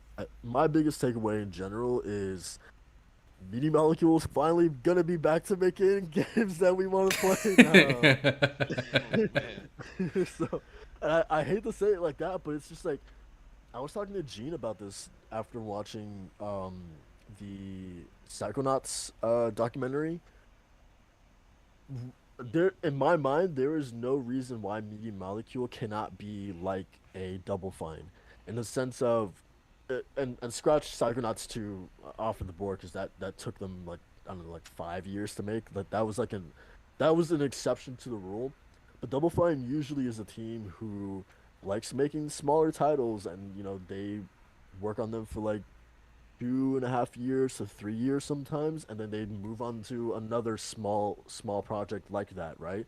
They're a team that can move from Brutal Legend to or Psychonauts to a Brutal Legend to Broken Age, um, to Psychonauts Romulus of Ruin or whatever, right? They just bounce around doing all these different things within a small time span. They're not usually working on things for 4 to 5 years or whatever. They have like a lot of they're very fluid in what they work on, right? And so I was talking to Gina, I was like, why isn't Media Molecule like that, That they could be working on one little small project that's like a 5 to 8 hour game, work on it for like 2.5 years, and then once they release that, they're on to the next small project, right? Like I I hope that's the direction that they're moving in because I really don't see why with their creativity, man, I feel like they really should have been a team like that. Um so I hope that that's the direction that they're moving in. I'm excited that they've stated that they're already onto a new and exciting project. Um and I'm excited for them, man. I'm really because they are a good studio. Like Dreams had like a 90 on Metacritic or whatever. Like they don't put out bad products. It's just that Dreams didn't find an audience. That's the only thing about that game. So yeah, man. They put out quality stuff. So like I have no doubt in my mind that whatever they do work on next is going to be quality. Um, I'm just glad that it just feels like they're back to being like this sounds so mean, but like to putting out like real games now. Again, games we want to play. Like Exactly. they set a name for themselves with Little Big Planet in the Yeah, PS3 and area Tearaway. and Tearaway. Yeah, on PS Vita. Yeah, that's a standout title on that device. So it's for them to be really silent throughout PS4 and now almost mid generation PS5. We probably won't even be getting their next game until maybe like 2025 or 2026. So yeah, I'm happy And that the dream is dead. Oh man. Jesus. But again, that depends on like the size of the project. Like if they are working on like a small 5 to 8 hour game, like maybe that does only take them 2.5 years to make. Um, Yeah. so yeah, I don't know, man. I really do hope that's the direction that they go to. Um, but regardless, I'm excited that it feels like they're finally back in the fold because it's like we talk about all the other Sony studios and Media Molecule just gets kind of like left out of those conversations when like PS3 like they did make some of the most important titles for that system, and I don't know, I really want to see them back in those conversations. um so yeah, it's yeah, I feel bad for the community. Obviously I played Dreams the most out of anyone here. I even used it for school. Which is really But cool, actually. I think that's cool. definitely, Yeah. definitely. Um, but yeah, man, I feel bad for that community. I'm glad that they're not shutting it down and people can still get in there and create stuff. But it was inevitable, man, and it's time for them to go make something a little bit more exciting. So You guys remember how I kept bringing up like when we talked about dreams, kept bringing up the project, the Avatar project that one guy is making. Um, Yeah. early this week after the news about dreams and whatnot, he posted a tweet saying that he's learning Unreal Engine. So he's learning already other engines to get ready, and I what I assume is continue the project there. well, that's 'Cause- another thing about dreams is that like people actually got like legitimate game or jobs in game dev because of Yeah, Dreams, it's a good which is portfolio cool. maker. Yeah, for sure. Yeah. So that is Dreams. Um, let us. Should we actually do? Marshall, you want to get into Final Fantasy 16 really quick before we get into the meat of this podcast? Yeah, I mean, I don't know what much to really say of the fact that it had a showcase. I can't really talk too much about it other than the fact that from what I've seen online was that so the Final Fantasy 16 showcase debuted the past Thursday was 25 minutes of straight up gameplay showing new stuff, and this was alluded to from PAX East last month, where they had a full hour long gameplay showcase about what Final Fantasy 16 is, what people can expect, and sort of debunking some other comments and questions and concerns during that presentation. And at the tail end of that presentation in PAX East, they said that in April we'll be doing more information going to the RPG element of the game. So I'm not really sure what that really entails since I didn't watch the state of play. I assume it means like having like your own build and equipping different icons to satisfy your gameplay needs and what you would like to see Clive do in certain situations or other party members. Again, all guesstimations here. I haven't seen it, but if you guys can comment, just feel free to interrupt me and say what it is. But I mean, the one thing I like to like kind of take away from that, like the online buzz was just absolutely intoxicating. It's really cool to have people now say like, "Hey, I'm gonna take off from work to play this game." Like for me, that's like the dream to hear people say that, to be all really like on the same page with the next Final Fantasy game. Where Final Fantasy 15 we weren't really like that 7 remake. There was still some apprehension, but a lot of people were still excited. But with 16, seems like everybody's really on board with this one, which is really cool to see. And even to the point where this state of play garnered so much attention, so much positivity, that I was seeing other people that were opposed to it being like, "Oh yeah, yeah, that's something people gotta play. We gotta play that. That's a game that I am interested in now." And that, again, that's the power of freaking these presentation, man. When they're done right, they're done right, and your games end up selling. The game was a bestseller on Amazon the past couple days, and not the $70 edition, the $100 edition. People were buying the $100 version of Final Fantasy 16 on Amazon after that presentation, and even the $350 collector's edition is completely sold out on the website for America and I think Europe and Japan, something like that. So the game is that presentation did everything it needed to do to get people excited for the game in the next couple months. But I know Walt didn't watch it, but so you said you saw a little bit of it. Can you talk a little bit more on that? Yeah, I saw a little bit. I'm trying to see what. So, I think the coolest part that I watched was how they're handling the icons in this game. Specifically, so essentially they have, I forget what they specifically called it, but they have this thing where almost like, whoa, like a Jinchuriki situation from Naruto, where like you have So these characters who host these giant like beasts inside of them that they can summon. Um yeah, for instance, the main character Clive, I think he has Ifrit that he can just like he's basically like the host for like E3 essentially, which is like really really cool. But so every icon battle in the game is what they said is gonna be essentially like a different gameplay, not system but style, a different gameplay style. So like there was one that looked like a straight up just like fighting game, like two giant kaijus like battling against each other, but like the camera perspective looked like a fighting game.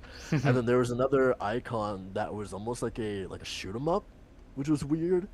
So essentially they're going to do that for every icon battle. It's going to be like revolving around something gameplay wise that you're going to be doing that's different from the last one, which I think is really really cool. Um, but yeah, that's essentially the big part that I saw, and then a little bit of the hideout. area. I don't know if you saw this, Macho. Nah, nothing. I haven't seen anything since like the first 2 or 3 trailers, which was like months ago. So I think it was called Hide, Hideaway, something like that. Um, but it's basically just like this giant like underground hideout where you'll be able to go down there, and I'm assuming like purchase upgrades for your weapons and things like that. There's also a bunch of NPC. This is basically like the hub area. So you go there to talk to NPCs, your companions and whatnot. Um, and so yeah, they introduced that. They introduced the dog a little bit, where you can pet it, I think, and then also talked about the dog in combat, where, and I think this was previously mentioned, where you can't control the dog. The dog kind of does his own thing, but I also do think that you have like some button prompts that you can press that will um tell the dog to do certain things as well. Um, so yeah, there's that, and then also the other companions that will sometimes accompany you out on quests and things like that. You can't control them. You're Clive the entire game. Um, and then some other little details is that you're playing Clive through three essentially like 3 different parts of his life. So him as a teenager, him in his 20s, and then him in his 30s. Um, I don't know exactly where you start, but I know that the teens section of the game is going to be like flashbacks. So I'm just assuming that you probably start in your 20s, and then somewhere along the main story you have flashbacks going back to him as like a teenager or whatnot. um, but yeah, I mean, they had a ton of information, man, a ton of good information, and just seeing the game running too, just how crazy the combat looks. It's just like if anyone was on the fence, man, I feel like this was like the definitive like sort of thing that convinced you to like finally get on our side of like, oh no, this game is actually gonna be really really dope. Um, so yeah, man, I really liked what I saw for sure. Perfect. Now the question is, are you gonna get it day one because of Diablo 4? Ooh, After seeing this, Diablo comes out June 2nd. yes, it does. Listen, baby. I'm a victim. I'm a victim of the schedule, man. Whatever comes out first, that's where my attention's going. Damn. We'll see how that goes though. We'll see if the FOMO kicks in because it did for Hogwarts. Final 16 is going to be a better game. So, Yeah. I well, what mean, do I you? still, I still need to get Dead Space and RE4, man. I'm lagging behind. I feel you. I feel you. I was going through my dashboard and I'm thinking of just saving RE4 for October or something because that's the only time I'm going to be available to actually play with all the games coming out. Oh man. But yeah. Well, what do you think, buddy? About. Motherfucker, what we've just been talking about for the Yeah, past my 10. guy, but you were asking like 3 different questions at the end. I don't know if you were like referring to one of those or like the game. What the main topic is? Final Answer 16. the damn question, Walt. I don't want to answer shit. Oh, so I mean, I got the steelbook. I already got the steelbook on lock. It's done deal. It's a done deal. It's day one. Like I'm on it. And I'm sorry for all the other games I have, because I'm sorry for me. I don't know what I'm gonna do. I don't know what I'm gonna play. What's gonna be priority? What isn't? Because Diablo 4, I also pre-ordered, and I haven't. God Get out damn, of breath. so many games, but it's so good though. Diablo. Oh, here's the thing. I'm gonna be playing Diablo 4 for chilling, and then Final Fantasy will be my story game for a good while. Fuck, but then there's Tears of the Kingdom. And then there's Street Fighter 6, which you're like, I'm kind of interested in that game. Ah! I know the reason why you want to get Street Fighter 6 is because of Marissa. Ah! Ah! Help! I need help. Listen, you know what I need? I need juice. I need the juice. Bro, what am I gonna do? I don't know how long is Final Fantasy 16 gonna be. Do we know? They said it's gonna be like 30 to 40 hours. Yeah. 30. Oh, that's cake. Cake. That is delicioso. I can do that with an arm tied behind my back. Okay. Sir. No, I'll be back and forth between games. I'm not gonna finish any game and like just because rotating and rotating. God damn. And I don't think Tears of the Kingdom is a game that's finishable. If it's gonna be like Breath of the Wild, I'm gonna be playing that game for years. Thankfully, I don't have to worry about that. Oh well, good for you. Whoa, wait. We have a happy problem in our hands when it comes to those games. I'll say that for sure. It's gonna be fun, man. That's all I'm really. Honestly, it feels weird playing anything else because all I'm excited for is Tears of the Kingdom and Final Fantasy 16 and Street Fighter 6. They're happening back to back. Yeah, you say only. Those are 3 chunky games. The hell do you mean? Well, Street Fighter 6 is gonna be that game that you go back to, during the weekends, or you know what I mean. It's kind of like Breath of the Wild, where you can just sit down, chill, and just play it and just have like a great time just for that session. Yeah. And Final Fantasy 16 is just I'm ready just for it just to drain me, just absolutely. Hey, yo. I mean my emotions, Whoa. you sick bastard. Whoa, I mean the way you said it, it's gonna drain me. I'm like, whoa, wait a minute. Take that game to dinner first. You sick bastard. I'm paying a $350 dinner for this motherfucker. So never mind. I'm saying emotionally, it's gonna. Whoa. I gotta listen to that back now. It's a game. Was that really suspect? Yeah. He said it's gonna drain me. You said it was such vigor. It's such vigor. Such vigor. That's it. I'm just really excited, man. Like, I'm not gonna lie, bro. I was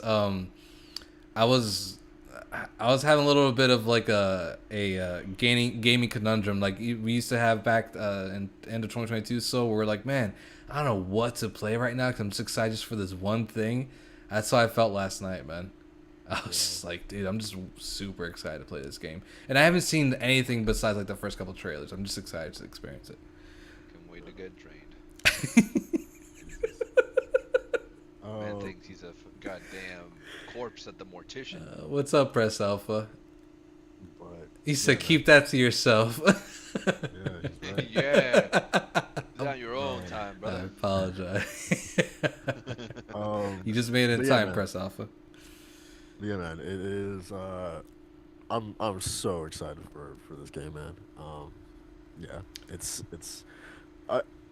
weird because like, do you guys, Oh well, Macho, what was this sort of like general vibe around like 15 at the time? Like, does it feel like there's way more positivity and buzz around 16 that versus how it was for 15? Not as much, no. I think because there's a lot of apprehension as far as like what the game was going to be like.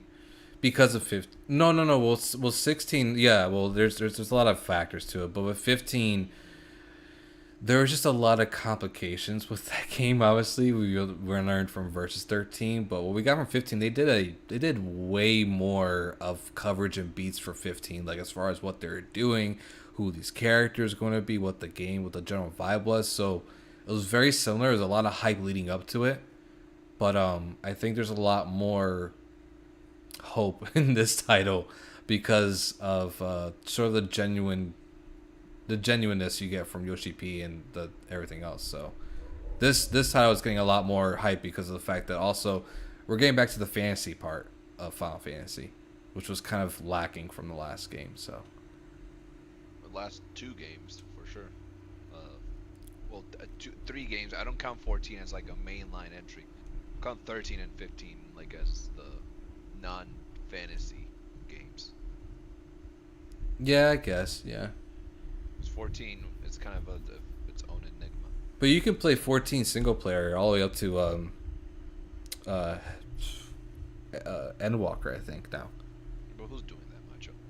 A lot of people ask for that. You dumb bitch. You don't know that. You don't live with people.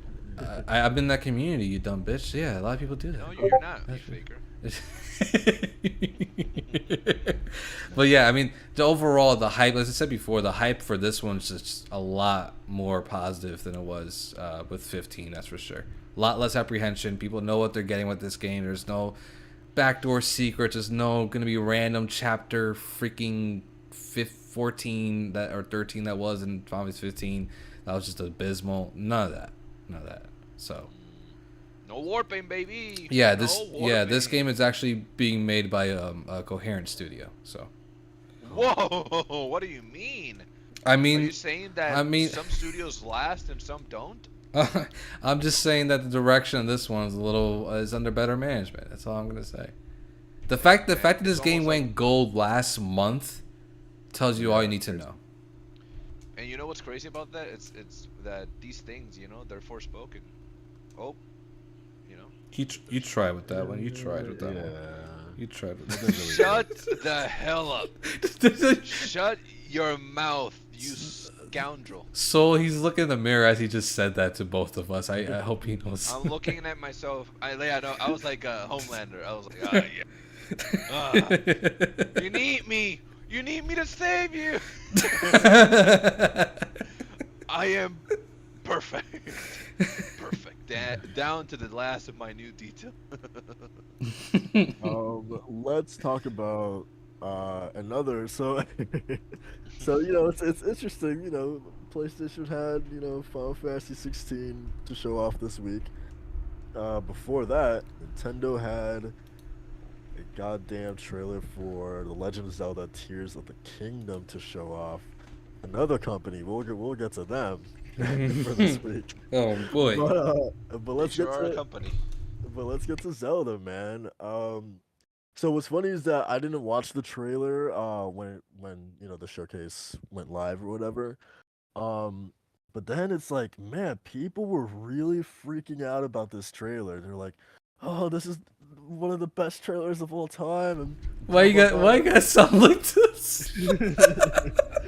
So I was like, "All right, let me put my glasses on and let me be the judge of that." I watched it. I watched it at school, and it's a good trailer. But like, do you guys remember the Breath of the Wild trailer from the January Switch presentation? This was like them revealing the console for the first time. They ended the show with that Breath of the Wild trailer that also like revealed the release date for the game, that it was launching with the Switch. Do you guys remember that trailer? Yep, I do. That trailer is bar none like one of the best trailers of all time in my opinion. So I feel like, and then also recently the God of War Ragnarok story trailer I also think is like one of the best trailers of all time for games. Um so I don't know, man. Like I feel like the that Zelda trailer from 2017 really set the bar high from what I was expecting from this trailer, and it didn't reach that bar, but this was still a really really damn good trailer. What did you guys think about it, and what were some of like the highlights for you? Go Kick it well. up, Macho. Go no. You kick it. You kick it off. You're. Why do You, you kick my ass? Okay, so with with this trailer, I mean, I had to call Macho because I was on the edge of my seat. That trailer is one of the best trailers I've seen Here we for go. Nintendo. Oh yeah? Why you asking? Why you asking then, huh? So Man, I for should have this talked trailer, like man, Walt there, man. It was Walt uh, who was saying it. number one, number one, this trailer showcased way more about what the game is gonna feature. Different mechanics, traversal, environment, story. Like there's a lot of story. There's more story in this trailer than in any of the other Breath of the Wild or Tears of the Kingdoms trailer. And I think one of the biggest highlights for me, and I'm honest, I'm always like, I like the hero, but I always want to see the villain, you know. And the fact that we got like the modern design for Ganon, and it being Matt Mercer, and just everything that encompassed Ganon in that trailer, that was the highlight for me. Like I'm excited for this villain. I'm excited for this version of Ganon. Um, and just bro, I did not expect to see the champions in action. Like I don't know what the storyline is going to be in terms of like the timeline wise, because we got glimpses at Urbosa, we got glimpses of the other champions like fighting, and I'm assuming we're maybe doing the same with Breath of the Wild, where we revisit some of the memories of the past. Because a spoiler alert, half of the people that we saw in this damn trailer are dead in Breath of the Wild. Because Breath of the Wild takes place like I don't know how many, like 100 years after like the downfall of Hyrule. So I don't know, man. It's just I got a lot of questions, and this trailer answered a lot of them, but it also made me ask myself more. So I'm excited, man. And it's a very damn good trailer, man. It was well paced. It was exciting. It gave me the oomph that I needed. Because I was telling Macho last week, I was kind of like, yeah, I'm gonna get the game, but I'm not a day one. I'm like, yeah, I'll get to it. Nah, that's a day one for me, buddy. I'm pre-ordering that as soon as I can, if I have time. So I'm excited, man. I'm excited for this game. And that trailer did stuff to me. I didn't know my body was capable Whoa. What the hell's going on in this podcast, man? I'm excited, man. I'm excited. Total opposite of what you mentioned. Like, I think this trailer is one of the better ones. And Macho, I don't know how much Macho agrees, but I know that he was also on board on this trailer being pretty damn good. Yeah, this one had you shaking in your boots, Macho? I was quivering. Excuse you. Not shaking. Yeah. Rolling my eyes to the back of my head. What else is going to the back of your head? Hold up now. Oh! What? Yo! Macho, relax. Anyways, yeah, the trailer was good. The trailer was dope. Yeah, just good. No, well, I would say right now, so because I was wrestling when I was going to be able to beat these damn games because I didn't touch RE4 Remake. I have it locked and loaded, ready to go. We're playing Strangers of Paradise. I'm still playing through Bravely Default. I'm pretty sure I'm only like halfway through that game's story. If I'm lucky. I'm playing through Marvel Midnight. So like, I'm busy, all right? Like, I got my games. I'm watching shows, I'm doing a lot, all right? Aye. So when am I going to play Breath of the Wild? Or Tears of the Kingdom? When am I going to play Tears of the Kingdom? And then I watched this trailer. I'm like, I'm going to play Tears of the Kingdom in May when it comes out. Because I'm more interested in that story and just the sort of the ingenuity and the creativity that comes just exploring and playing. And honestly, it really is like the perfect pick up and play sort of game, especially with at work. I've been playing a ton of Marvel Midnight Suns. I got like 40 hours in that game.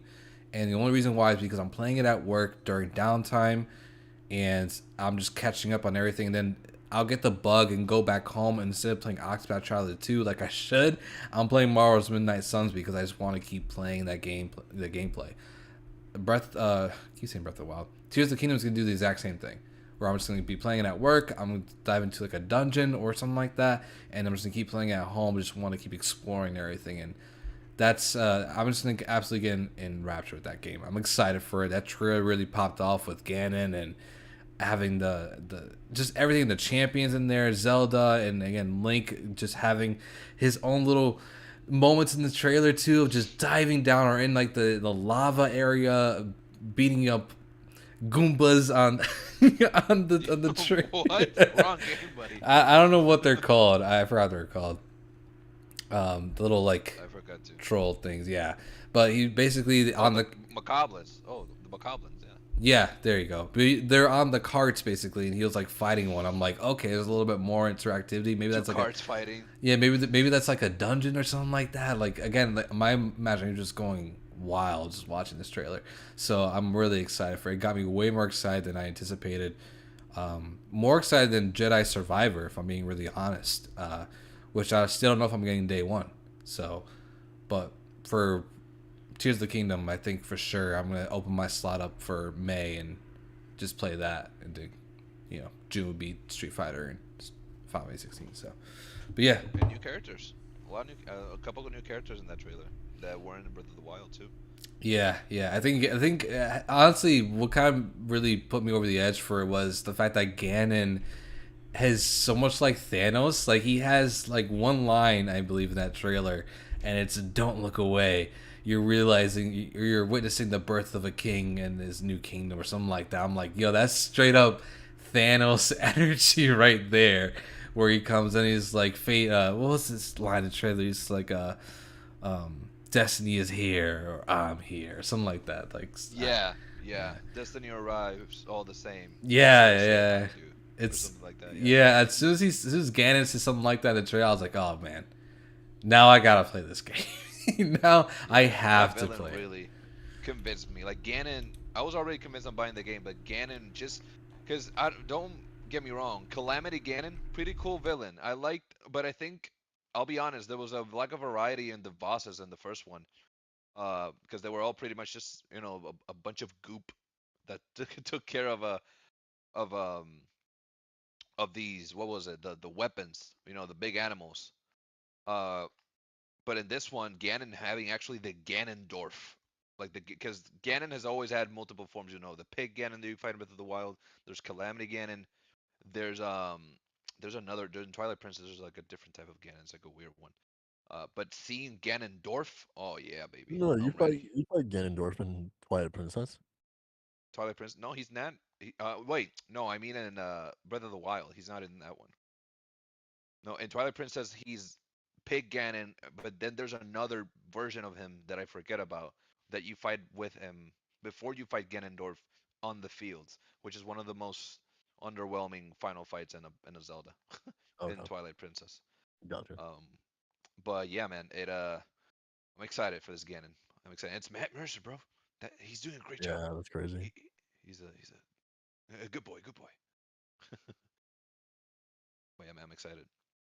Yeah, it was a pretty damn cool trailer. I love just like I think my favorite part of the trailer that gave me chills was the I think the trailer started off with like after it showed Link sort of like falling through the sky and then it dropped like the title card. Yeah. It showed off like some establishing shots of just like the fields and like the overall setting, and then it does a hard cut to Zelda Link reaching out to a falling Zelda, and then like the music just like really like rising up to when that moment happened, and like I don't know that for whatever reason like that moment like really did it for me. It was a really good moment. Like um there's an art to trailers, or yeah, yeah, for sure. So yeah, man, there's several games that can take notes from from this in terms of trailers, I think. um but Absolutely. yeah, man, and it's funny because I feel like the general buzz that I've been hearing about Tears of the Kingdom is like, yeah, it looks awesome. It looks like a great continuation of Breath of the Wild, but I haven't seen or I haven't gotten that trailer yet that has pushed me over the edge in terms of like, okay, this game is going to be absolutely goddamn incredible. Um, and it's just funny how it's like it almost seems like Nintendo like they heard that chatter too, and they're like, okay, bet. Like here you go. Here's that trailer. It because it feels like this was the trailer that everyone was like waiting for. The one that yeah. really pushed them over the edge. So Yeah, because the yeah, last gameplay presentation, everyone came from it like, yeah, that was cool, but yeah, and I think I could have the same sort of conclusion where I was like, yeah, that looks awesome, I can't wait to play it, but not in May. And then this final trailer, I was like, oh, yeah, I'm playing this in May. exactly. Yeah. So yeah, man, that is the Legend of Zelda Breath of the Wild. Um. So we are our last two topics. We're gonna talk about Redfall and then get to Suicide Squad. Um. So since I already kind of like teed it up earlier, talking about Sony and Nintendo's week, we might as well just jump into Redfall next. Um. So Um, how do I set this Hmm. up? Okay, so it was announced on was it Monday, right? No, Why you it say was that when Australian? it was Monday. it was Wednesday. It was Wednesday. Okay, Wednesday. Yeah. Redfall, who's to be honest, has been dealing with honestly, I think ever since this game it was announced, really, it's kind of been an uphill battle, just in terms of like people not knowing what this game really is. The reveal trailer was like a CGI generic kind of trailer. people thinking that it was like a Left 4 Dead kind of thing. Turns out it's actually more of like a Far Cry, like a co-op Far Cry. Um, Mm. there was the whole always online thing, which they said they're gonna try to take out at a later date. We just learned recently that the game's gonna be using de novo or whatever it's called. Um, and then there's this latest development. Um, where it just feels like PR wise or messaging wise, like communication wise, this game has just struggled from the start. So the latest thing that happened with Redfall on Wednesday was that they kind of dropped all of the um what was it? Not specs, but just like the modes, right? That the game will be able to Mhm. run, or lack thereof. And so Yeah, so they so they revealed on I don't even know the specifics, but essentially the big thing is that on both Xbox Series X and S, the game will have a quality mode, but not a performance mode. So on both consoles, it will be running max 30 FPS and not 60 FPS, which has kind of become the standard this generation. And obviously, Twitter was not too happy about that. that post itself has like I think like 10 million But also views or something like that. more comments than likes as well, Yeah, yeah. which is nuts. Um, but Crazy. yeah, so this is. I mean, where do we even begin with this? It's crazy in several. Literally there's so many different angles that we can take this. From the fact that this is the most, the quote unquote most powerful console in the world, right? It eats monsters for breakfast and all that It's stuff, not. right? Um, there's that angle that you can take it where like you guys are saying and promoting this thing to be the most powerful console in the world, but it can't do 60 FPS. There's also the angle, the kind of misleading angle where all the marketing and footage that they have released has been 60 FPS, but oh Mm-hmm. wait, but that's on PC, that's not on Xbox, right? Um, so yeah, I mean, what's sort of your overall everyone's takeaway from this kind of? It just feels like another self-inflicted wound, not only for this game but for Xbox as well. Where it's just like Macho, like I said this when I originally sent this out to you guys, was like, it just feels like there's always something wrong with Xbox in the sense of like I think BG says it best, where it's like they just turn layups into like half court 3-point shots. Like Yeah. it just it just feels like this should be a gimme, and they somehow manage to. There's always a catch. There's always a catch with these things with Microsoft. It's so weird. Yeah, that's why. I mean, when this thing dropped, I, I had Twitter and YouTube open like a mofo. I was like, oh, this is gonna be the hottest topic of the week because of what you just said. You know, Xbox is the most powerful console in the world. This is supposed to be, Xbox's big exclusive for the summer, followed by Starfield. And people were even wondering too what the performance was going to be on Starfield because Bethesda is known for having pretty buggy and not up to par performance games at launch. And this for Redfall just seems to be like a super mixed bag of. I feel like they're at a disadvantage either way. If they would have delayed the game, I feel like they could have gotten away with that delay and say, "Hey, we were planning to make it run better and have this extra polish that the game needs." People would have been okay with that. But the fact that they announced that the game is only going to be launched at 4K 30 for Xbox Series X, and then for I think it was like 1440p 30 something like that, and they're going to get the 60 FPS patch later, that just screams that this not game is not finished. Or at least it's not complete. It doesn't feel like a complete game, and we legit had this sort of lack of a content complete sort of game last year, and now it's Halo Infinite, and that was after that game got delayed a full year. Now we're seeing the Yep. exact same thing with Redfall. It got delayed a full year, and it's going to be launching in a less than uh, less than what people are expecting. And to me, that's just like, how can you even excuse that kind of nonsense. Like I saw a lot of deflection from certain YouTubers on those Twitter streets that shall not be named, but the deflection was so real and the copium which is there. And there was others that were actually giving it flack. Like I'll give the credit to where credit's due for the fans that are on Twitter and the Twitter Spaces on YouTube podcasts are actually really calling this out. Like this is a horrible look, either way you're gonna put it. So it sucks to kind of see this kind of sort of stumbling out of a really good 2021 for Xbox. It seemed like through 2022 they just really couldn't get their bearings, and now we're halfway through this year, where the biggest titles are Redfall and Starfield, and it's already not looking great.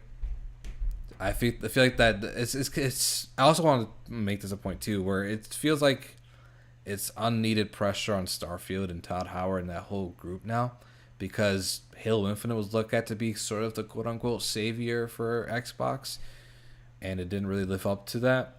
And now we're seeing the exact same thing with Starfield, and I can't even imagine the sort of pressure that's putting on that team.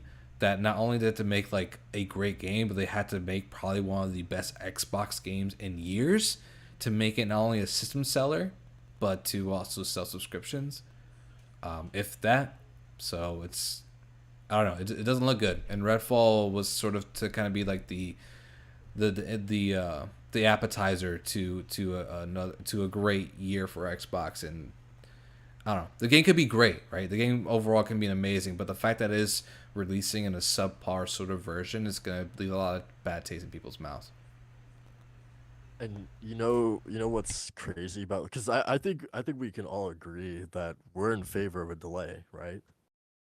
Yeah, yeah. Um, 100%.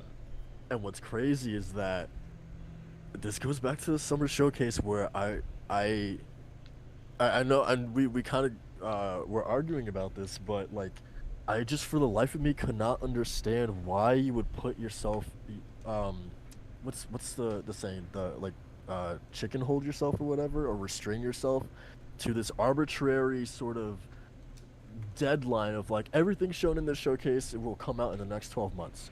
Like no one told you to go out there and do it. Like no one was asking for you to do, like you guys said that you guys did that to yourselves.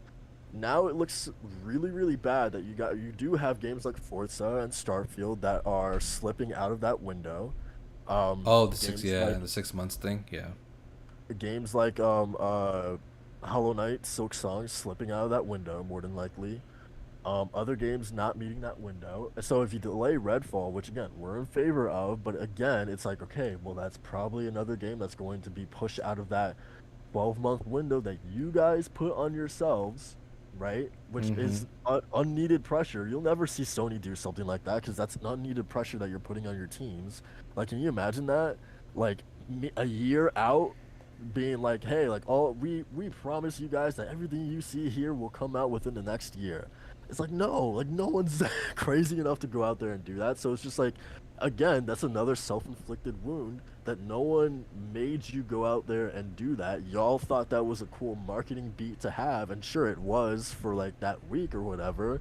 But now it's like fast forward, what, 8 or 9 months later, and it's now you're looking around. It's like, well, a lot of these games aren't making that window. So it's like, I don't know, man. It was just like one of those things that I was kind of like thinking back on. And it's like, did that really like serve anything to put yourselves in that little box? So like my thing is that like talking about all that is like I do kind of wonder if like Redfall being again putting being put in this weird position where like it's coming out sandwiched between two absolute juggernauts like Jedi and Zelda. Oh yeah. I'm now I'm kind of like wondering like if they didn't put themselves in that 12-month weird timeline, would they be more okay with pushing the game out further, like so it gets away from those two games? Or because they put themselves in that box, are they now like, well, we have to hit it because we said, all these games are coming out within those 12 months, you know?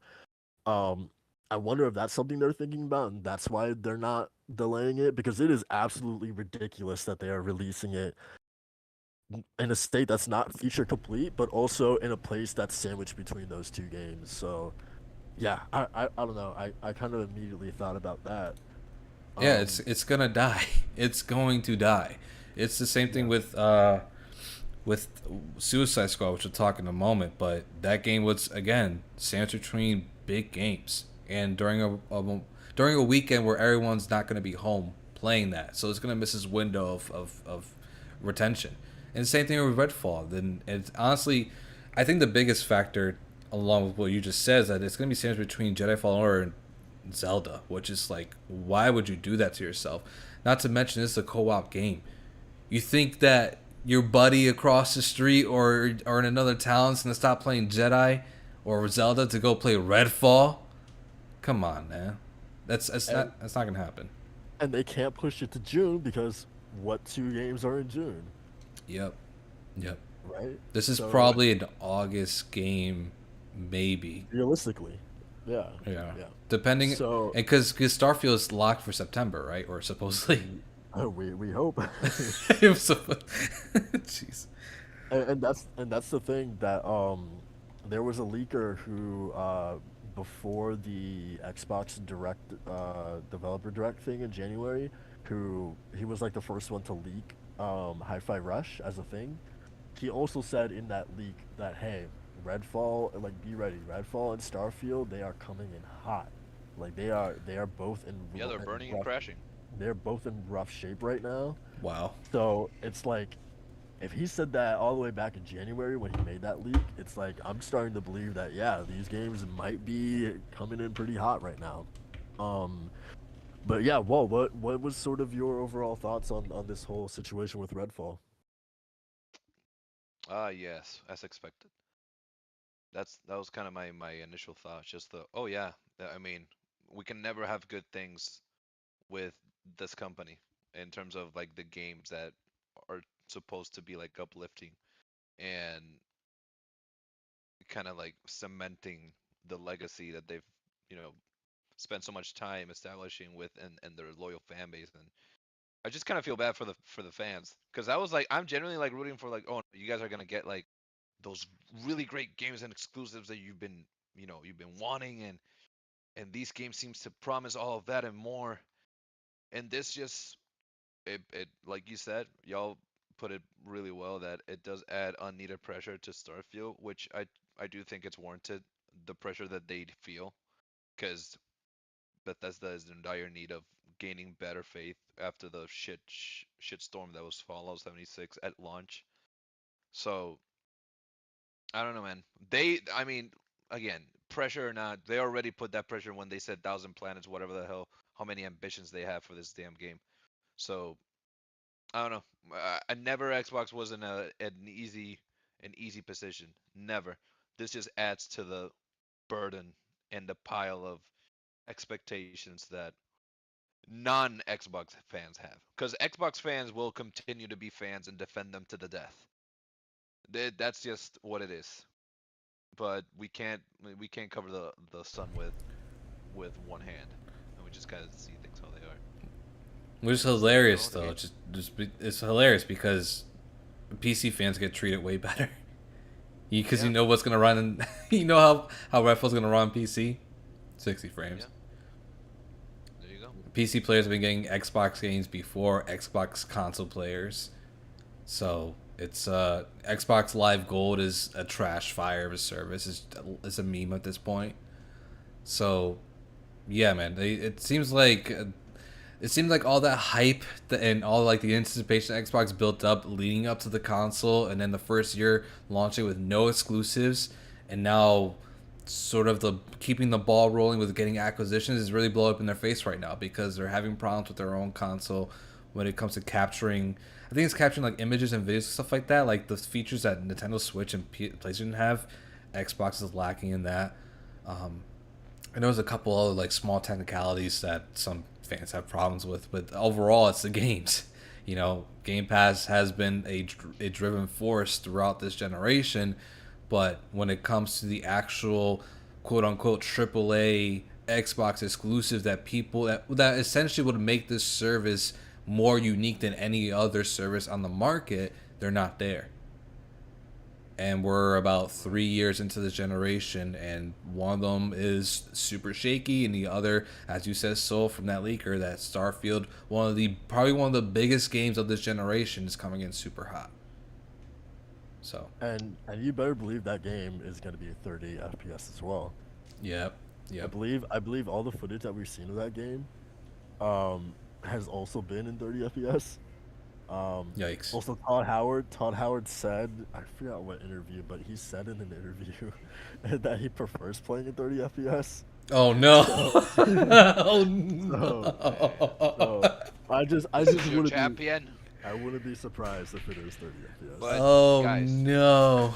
I've after meticulous research and investigation, I've come to realize the perfect response to anything and any bad things happening to games. After being between, many fans of Xbox, we just gotta go, it's gonna be on Game Pass at least. It'll be on Game Pass. It's fine.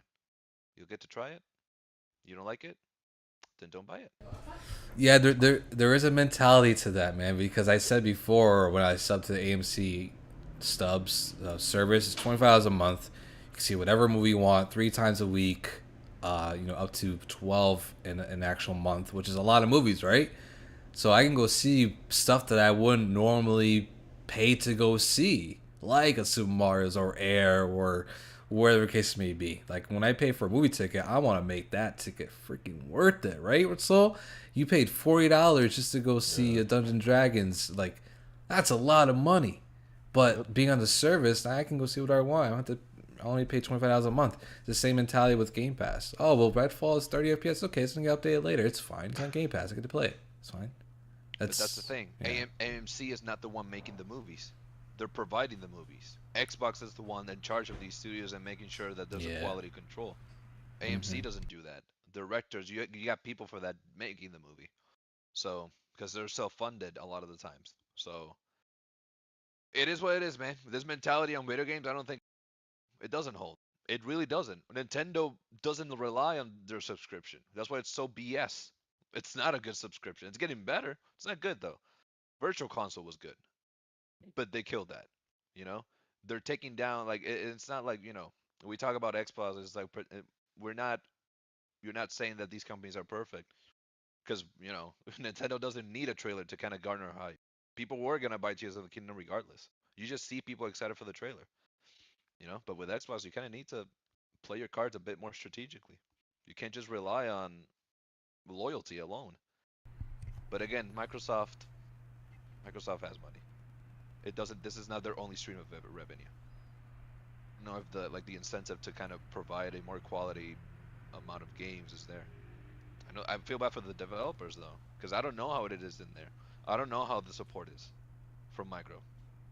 You know, we kind of get that better understanding from Sony and like a juggernaut like Naughty Dog, and how much Neil Druckmann and like the higher ups in Sony and like everyone is kind of like back and forth and like people like Jay Raymond. But I don't know. I don't know, Phil. Oh, Philly cheesesteak. That's what I'm Yeah. gonna Does call it. does it does Philly it does it cheesesteak. all go back to the management? Is that the? Is that? Yeah, I was just about to bring that up. Mm-hmm. Hmm.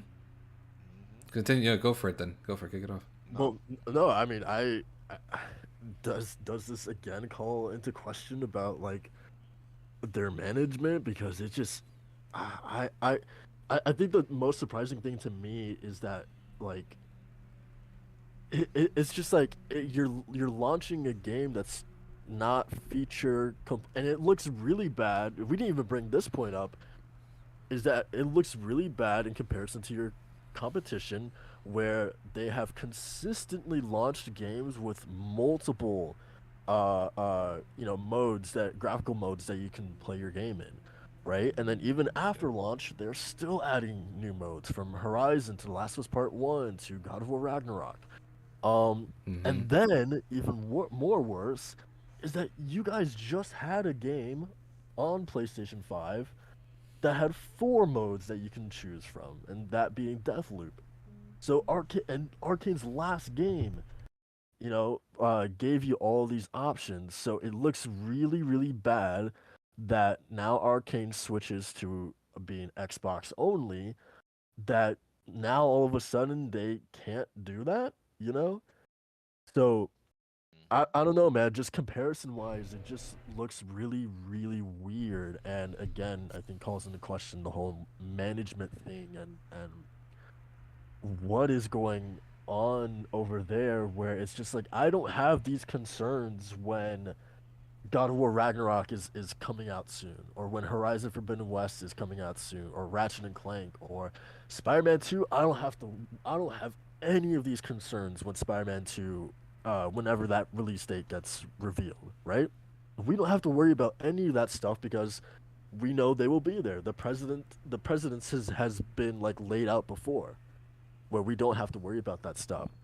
And yeah, it's just really weird where on the Xbox side, you do have all these concerns, you do have all these questions, you do have these like, well, like you have to kind of pause and think like about all these things. I don't know. It's just really really strange. Yeah, yeah. That's it's again. I think it's just a cluster F, man. It's really like honestly, sending that tweet out absolutely was like sending out your game to die. At least with Yeah. that fan base, and I know it's kind of hyperbole, but it's all about the messaging. To be honest, it's all about the messaging with these stuff, and especially with the hardcore fans, because at this point, if you're not a new fan of Xbox, you're absolutely a hardcore fan of Xbox, and you're either really tired of what they're doing, or super frustrated, and that's understandable. Yeah, or your delusion. Or you delusion. That's only certain YouTubers, but yeah. Oh, okay, okay, okay. But but yeah, man, again, I feel like that tweet which should have been under review, and again, it goes back to the whole management thing of who's approving, who's saying yes and no to like all this stuff to really get this game out of the way, or really give the time that it needs. Is it worth giving it the time that it needs because is it doing anything super unique or something that's gonna be worth for fans to really attach to? Because when we saw from that IGN video, the IGN video playing the game, that was probably one of the worst presentations for that game. And again, it's like a month until the game drops, so like not doing any favors, man. We saw complete opposite spectrums for both PlayStation and Xbox this past week with their exclusive games, where Final 16 absolutely exploded in terms of reception and what people where people were clinging on to. And then Redfall is a complete opposite, where you're like, I was excited, now I'm kind of apprehensive, and then this whole tweet, now I was like, all right, well, I'm just not gonna play it. I'm gonna wait. I was never excited, man. Like to begin with, and that's the thing. Like with games, you have formulas that work, right? And you have people that memed on PlayStation being your third-person cinematic experience. Okay, but why does that work? Because the formula works every time they do it, most times that they do it, because there's quality control and there's a certain standard that they have to meet, you know? But I'm not excited. Like the moment that I saw just like the approach that Redfall was doing, and that's just maybe the first person like guy in me. I prefer certain like specific games over others. But Redfall never really stood out from the bunch. It felt like it didn't feel like, oh damn, like they're going all out with this. No, It, I don't think it's really stood out for like anyone, to be honest. Nope. but there's people that talk about like it's like the best thing since sliced bread. Well, we know who Like likes it. legit, they'll go, I won't name, but like certain people are like, they're like, oh no, yeah, like I'm there day one, like this is like with the boys, and this is like a weekend game, and I'm like, damn, bro, like chill. It's gonna Go be play the some Final only Fantasy. weekend game. It's gonna be one weekend. It's honestly. Does Press Alpha actually brings a topic in here that I wasn't sure whether to bring it up because it's a little hyperbole, but I understand What? the estimation. Is What? this some sort of red herring to Microsoft not wanting, Microsoft going third party, getting out of the console business? I don't think so. Yeah, I'm in agreement. I think it'll take something really extreme for them to go third party, but with their Xbox console sales not doing really hot this whole year, it's concerning. Dude, in Japan this past week, the PS4 sold more than the Xbox Series X and S Oh combined. my god. Oh yeah, yeah, I believe it. I believe it. I believe Yeah, it. But yeah, it's that's what I'm saying. Like it's getting sad at this point. And it's I mean, it sucks because I really wanted Microsoft to fire on all cylinders for this gen, to really light a fire. I said it before, I wanted them to light a fire under Sony's ass to really start pushing out more of the quality games, because when one company does it better, the other is going to persuade themselves to do better. It's the same thing with the Lord of the Rings rights that passed from Embracer to Warner Brothers and all that stuff. The fact that those two entities, those two giant entities that have a lot of things under their belt, are going to be producing Lord of the Rings content, they're going to be in competition with each other. And people are going to be fighting over, like, what's the best Lord of the Rings movie or show. I want that same thing for this generation, and Microsoft is not doing it, man. It's mostly between Nintendo and PlayStation at this point, as far as games are going to be taking up most of my time. And Square Enix, obviously, but Oh man. yeah. Just the timing just makes it even worse. And we kind of talked about this before, but like it's just funny how these things work out sometimes, where it's just like, and I feel like this happened once before in terms of like Sony and Nintendo dropping like good news during a week, and then Xbox comes in with like something that I don't know, but just like it's funny where it's just like on the same day you have Sony and Nintendo talking about two of the most anticipated games of the year, possibly in the last few years, and then Microsoft's one of their big exclusives just like dropping the ball in the same time frame. Like it's just weird, man. Um, do you guys think if they had announced this earlier, like months in advance, because that's another point that people bring up, is that we are weeks from launch, which makes it even worse. If they had announced this, like say September of last year, do you think this would have gone over a little bit better? As far as the 30 FPS, Yeah, like the backlash to 30 FPS. uh, I think I think it would have been bad if it was too close, and they would have said it. If it was like which is what happened. the day, like the week prior, and they're like, Mm. by the way, no, there's no 60 FPS, there's no performance one, it's only 30. Like they, at least it's not a cyberpunk situation where they waited literally until the day of, where they're like, by the way, they didn't provide us codes for X console. You know, like they didn't do a like a whoopsie like that. And the But this is PS4 and still pretty. Xbox One versions were like literally unplayable. Yeah. Yeah, like they're not that bad. Like I feel like this is just like a. I don't know how easy it is to implement it later on, or if it's something that once it's hardwired to the code or whatever, like you can't have a 60 FPS anymore.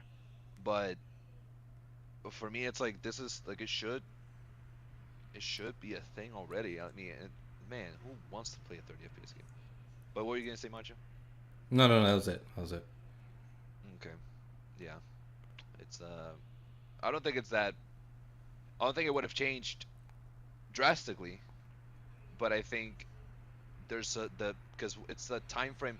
If they would have said it like right after they announced it, or like right after, like they were like, oh, this is a game that's not gonna feature 30 FPS, that's not gonna feature more than 30 FPS, then you're already setting people, or like setting people up to what to expect. I think it would have been bad if it was like literally within a week before the game came out. So I think this is like the best they could have done. This is the best moment they could have done it. Is it a good decision? Is it a good thing? I don't. I don't think it's bad. I don't think it's good. I think it's not the standard. So Yeah. by now being the standard, for some people are gonna deem it bad. I think it's maybe not unacceptable, but it is unacceptable being a first person, a first party exclusive. Yeah. It, like, man, they're first party. Look at Zelda, my guy. Look at games like Uncharted or Last of Us. Like, look at the juggernauts that you're going against. What is this? Now it's just Far Cry, bro. You don't want your game to be compared to a company that is not really that, like, that it's infamous. To a, for, like, as good as Far Cry might have been its heyday, that ain't a game you want to be compared to. Yeah. I don't know. It's not a good look. All I It's know not a is good that look. They got Starfield Direct better. They better fix something in that script to say like, hey, you could play it at 60 or 30 FPS because people are going to be asking. Bro, not Yeah, even it's good. that. The game has to be good because we don't even know if Starfield, because Starfield can be fucking 120, 4K, 8K, 20K. But if that game don't perform, if that game don't do good in it gaming, if that not a good game, why did I stupid became stupid for a moment. Um, nah, there's no 60 FPS that can save you, my guy. There is no 60 FPS that can save you. Yeah, So it's a that game just better be good. Period. it's a tough Period. road for Xbox this gen.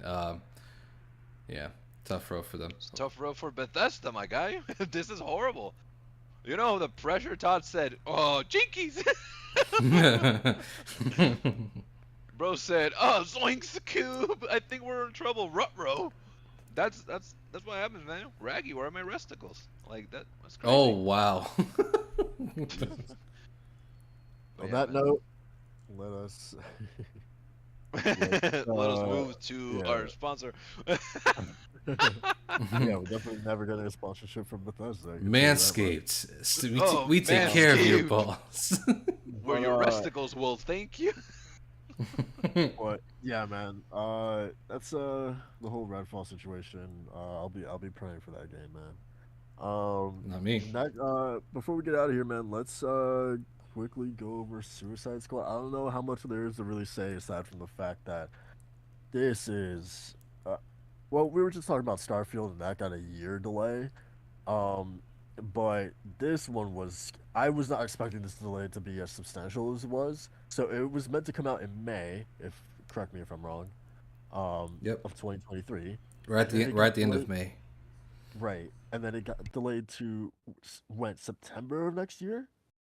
No, no, February 2nd of 2024. February. Gotcha, Damn. gotcha, gotcha. Still, a really, really big delay. Um,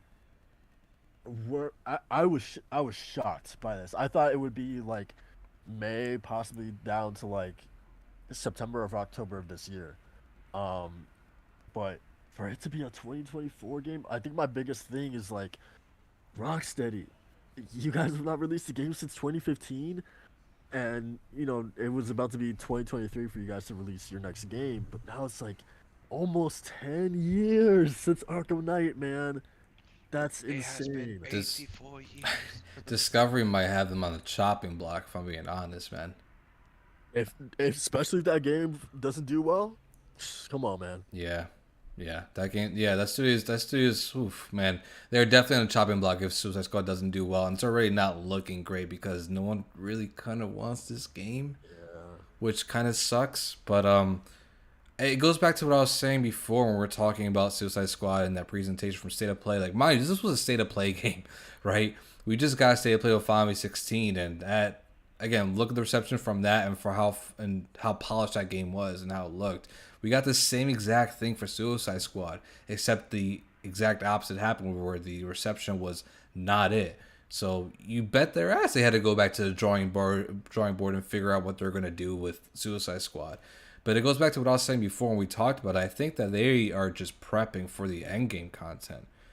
The game itself is probably ready and good to go, but they got to make sure if since this is a live service game, they really got to prep the future of that game. And I think that's what this really is, more than changing any sort of huge gameplay like core gameplay stuff in it. But that's just my take. But I don't know how you guys feel about it. I could not care less about this game. Like I have nothing truly. Like I'd be just fillering, would just be doing filler. I really feel nothing for this game. It I think like Rocksteady's like they peaked already.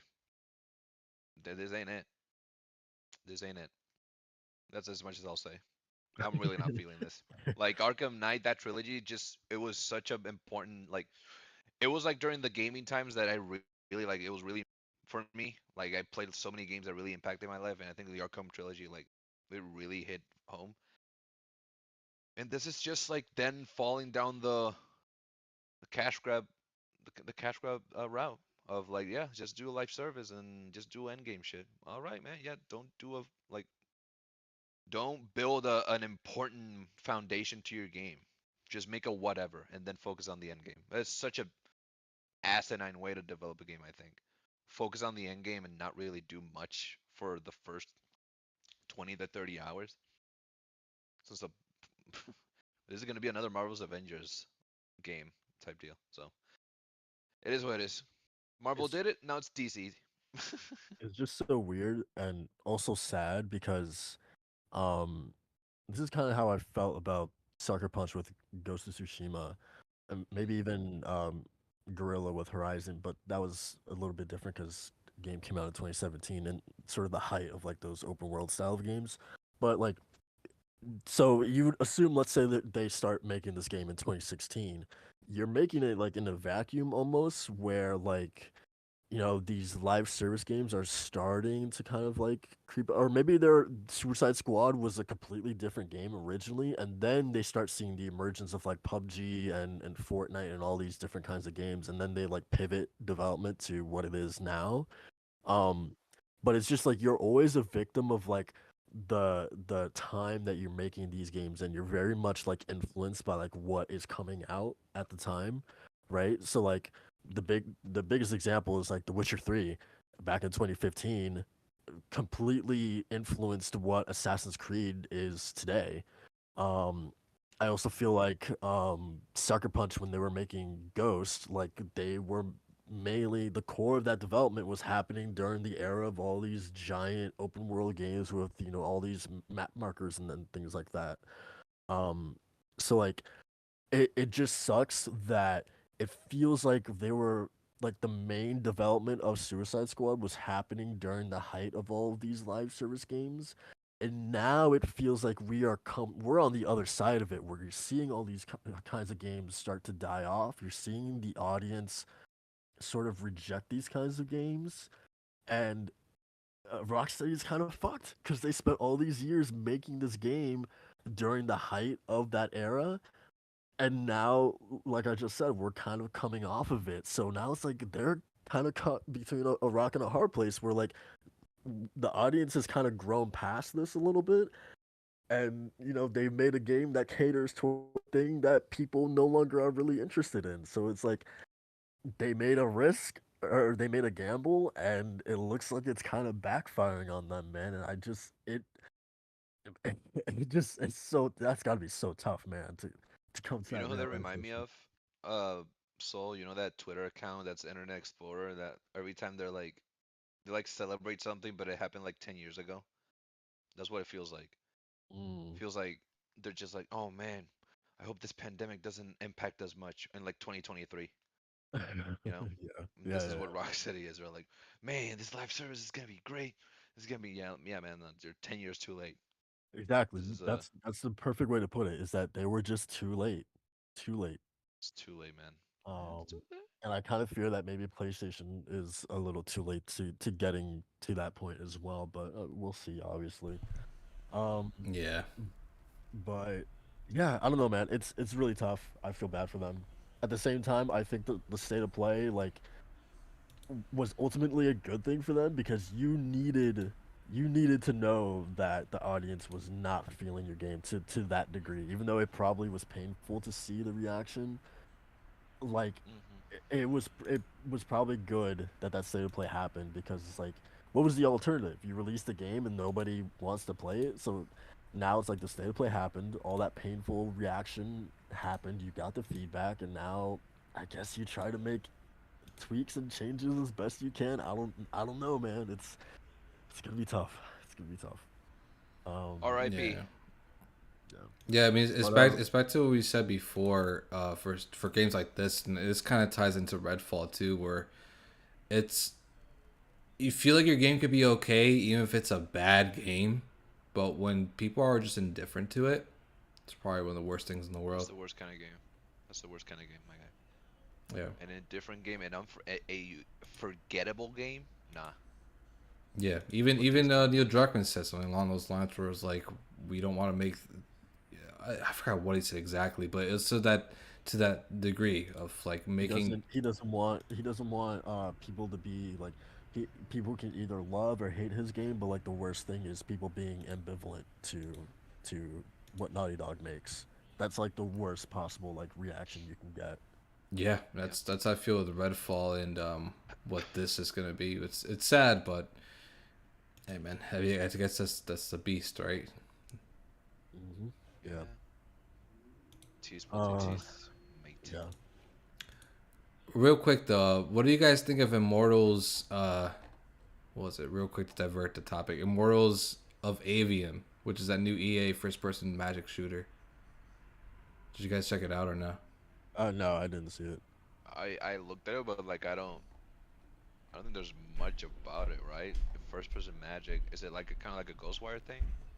It's it's that trailer. It's that weird apocalyptic trailer that was in first person that released during I think it was Summer Games Fest or the Game Awards. We're just like, okay, that was a weird 1 minute teaser.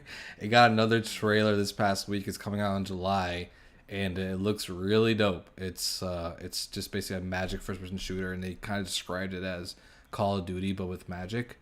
It's Oh, going to be entirely sounds good. single player, 25-hour campaign from EA, mind you. So I just want to give EA their flowers for actually delivering single player games, man. They definitely turned their tie with Dead Space, Jedi, and now this game. So I think it's really cool. It looks good. Come on What are July, they? so it's a really good slot for that game to come out. See, that's an example of adapting with the times. You see? Yeah, Very absolutely. different from our previous topic. Yeah, Yeah. I'm looking forward to that then. Hearing more about it and actually seeing footage for it. Yeah, I'll check out the trailer. The story it seems like it's gonna be alright, but the gameplay itself looks really tight. So it Okay, looks cool. okay. I'll keep an eye for that. A certified recommendation from Macho, resident fanatic here. Yes, sir. And yeah, no, no, we'll see what Suicide Squad the name kind of says what's gonna happen with that game. Yikes. Jesus. Um, that's gonna do it for the podcast, everyone. Wanna like goddamn, I messed that up. What? Uh, Wanna like? that's how you know I'm at my Yeah, I podcast know you're limit. losing steam right now. Go ahead and like the Wanna podcast, like? share it out, all that stuff, man. We would greatly appreciate it. Um, yeah, we're gonna get started with these outros. Walt, Mr. Funny Pants over there, go Yes, ahead, man. sir. I'm a comedian. Hey, you see, gabagoo. Um, I'll be doing more Destiny 2 competitive. Gonna be sopping with Macho at Strangers of Paradise. Sop, that's what I mean. Nothing else. Nothing more deep than that. We'll see how deep we can get. We'll be playing some Jesus. of that. I bought. Oh, so I I'm went not to saying Best Buy anything, and but I'm scared. I'm scared for my I life went. right Yeah, me too. So I went to a Best Buy and I found one. It was one copy. There was only one left, and I searched on Amazon to see if it was there, but no. Only it was only third party that were selling it, or third vendors. Is that what we call it? Whatever. And I found it on Best Buy. It's a steelbook edition of Ghost in the Shell, the original ones. The original is or 25th anniversary edition. I And it already is have one of those steel books. bro, that shit is beautiful. It's gorgeous. I cannot wait to consume that this weekend. And Event Horizon on 4K. Never seen the movie. Here it's a great horror, cosmic, kind of cosmic space horror. So can't wait for that. Aside from that, man, Strangers Paradise, Destiny, and I don't think there's another like big game that I'm like putting a lot of hours into.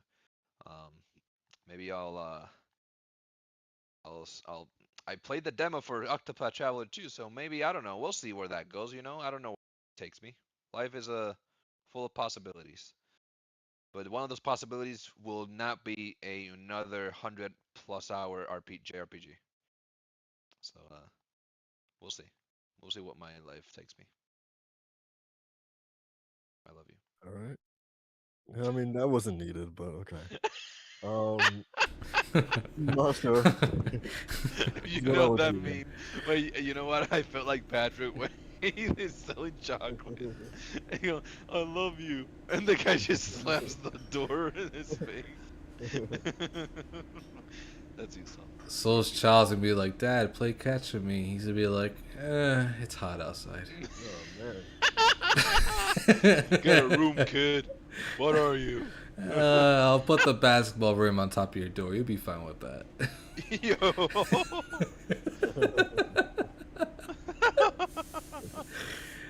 Alright, yeah, there's gonna be more Strains of Paradise and Octopath Traveler, Better Call Saul this weekend.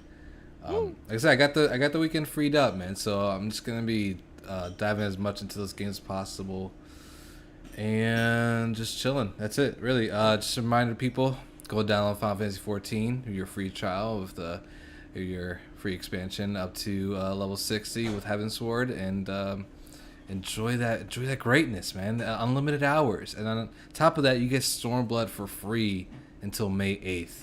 So go and play that expansion. It's incredible. Wink, wink, nudge, nudge, Walt. We need to get on that. Yeah. I need to sink into another 1,000+ hour goddamn game, because that seems what the general consensus is with my life. Just buying massive games that I don't get to. When I do, I lose myself in them. So. Well, even then, just log into your goddamn account and redeem Stormblood. It's free. It's free. It's literally It's literally the expansion right after Heaven's Sword, and then boom, you got like 2 more ready to go right after that, and then we can just blast. But yeah, all right, we're good. We're good. All right, we will catch you guys possibly next week or the week after for The week after, yeah. The week after for episode 98 of the DualShock Sense podcast. Yeah, until then, we will catch you guys later. Peace out.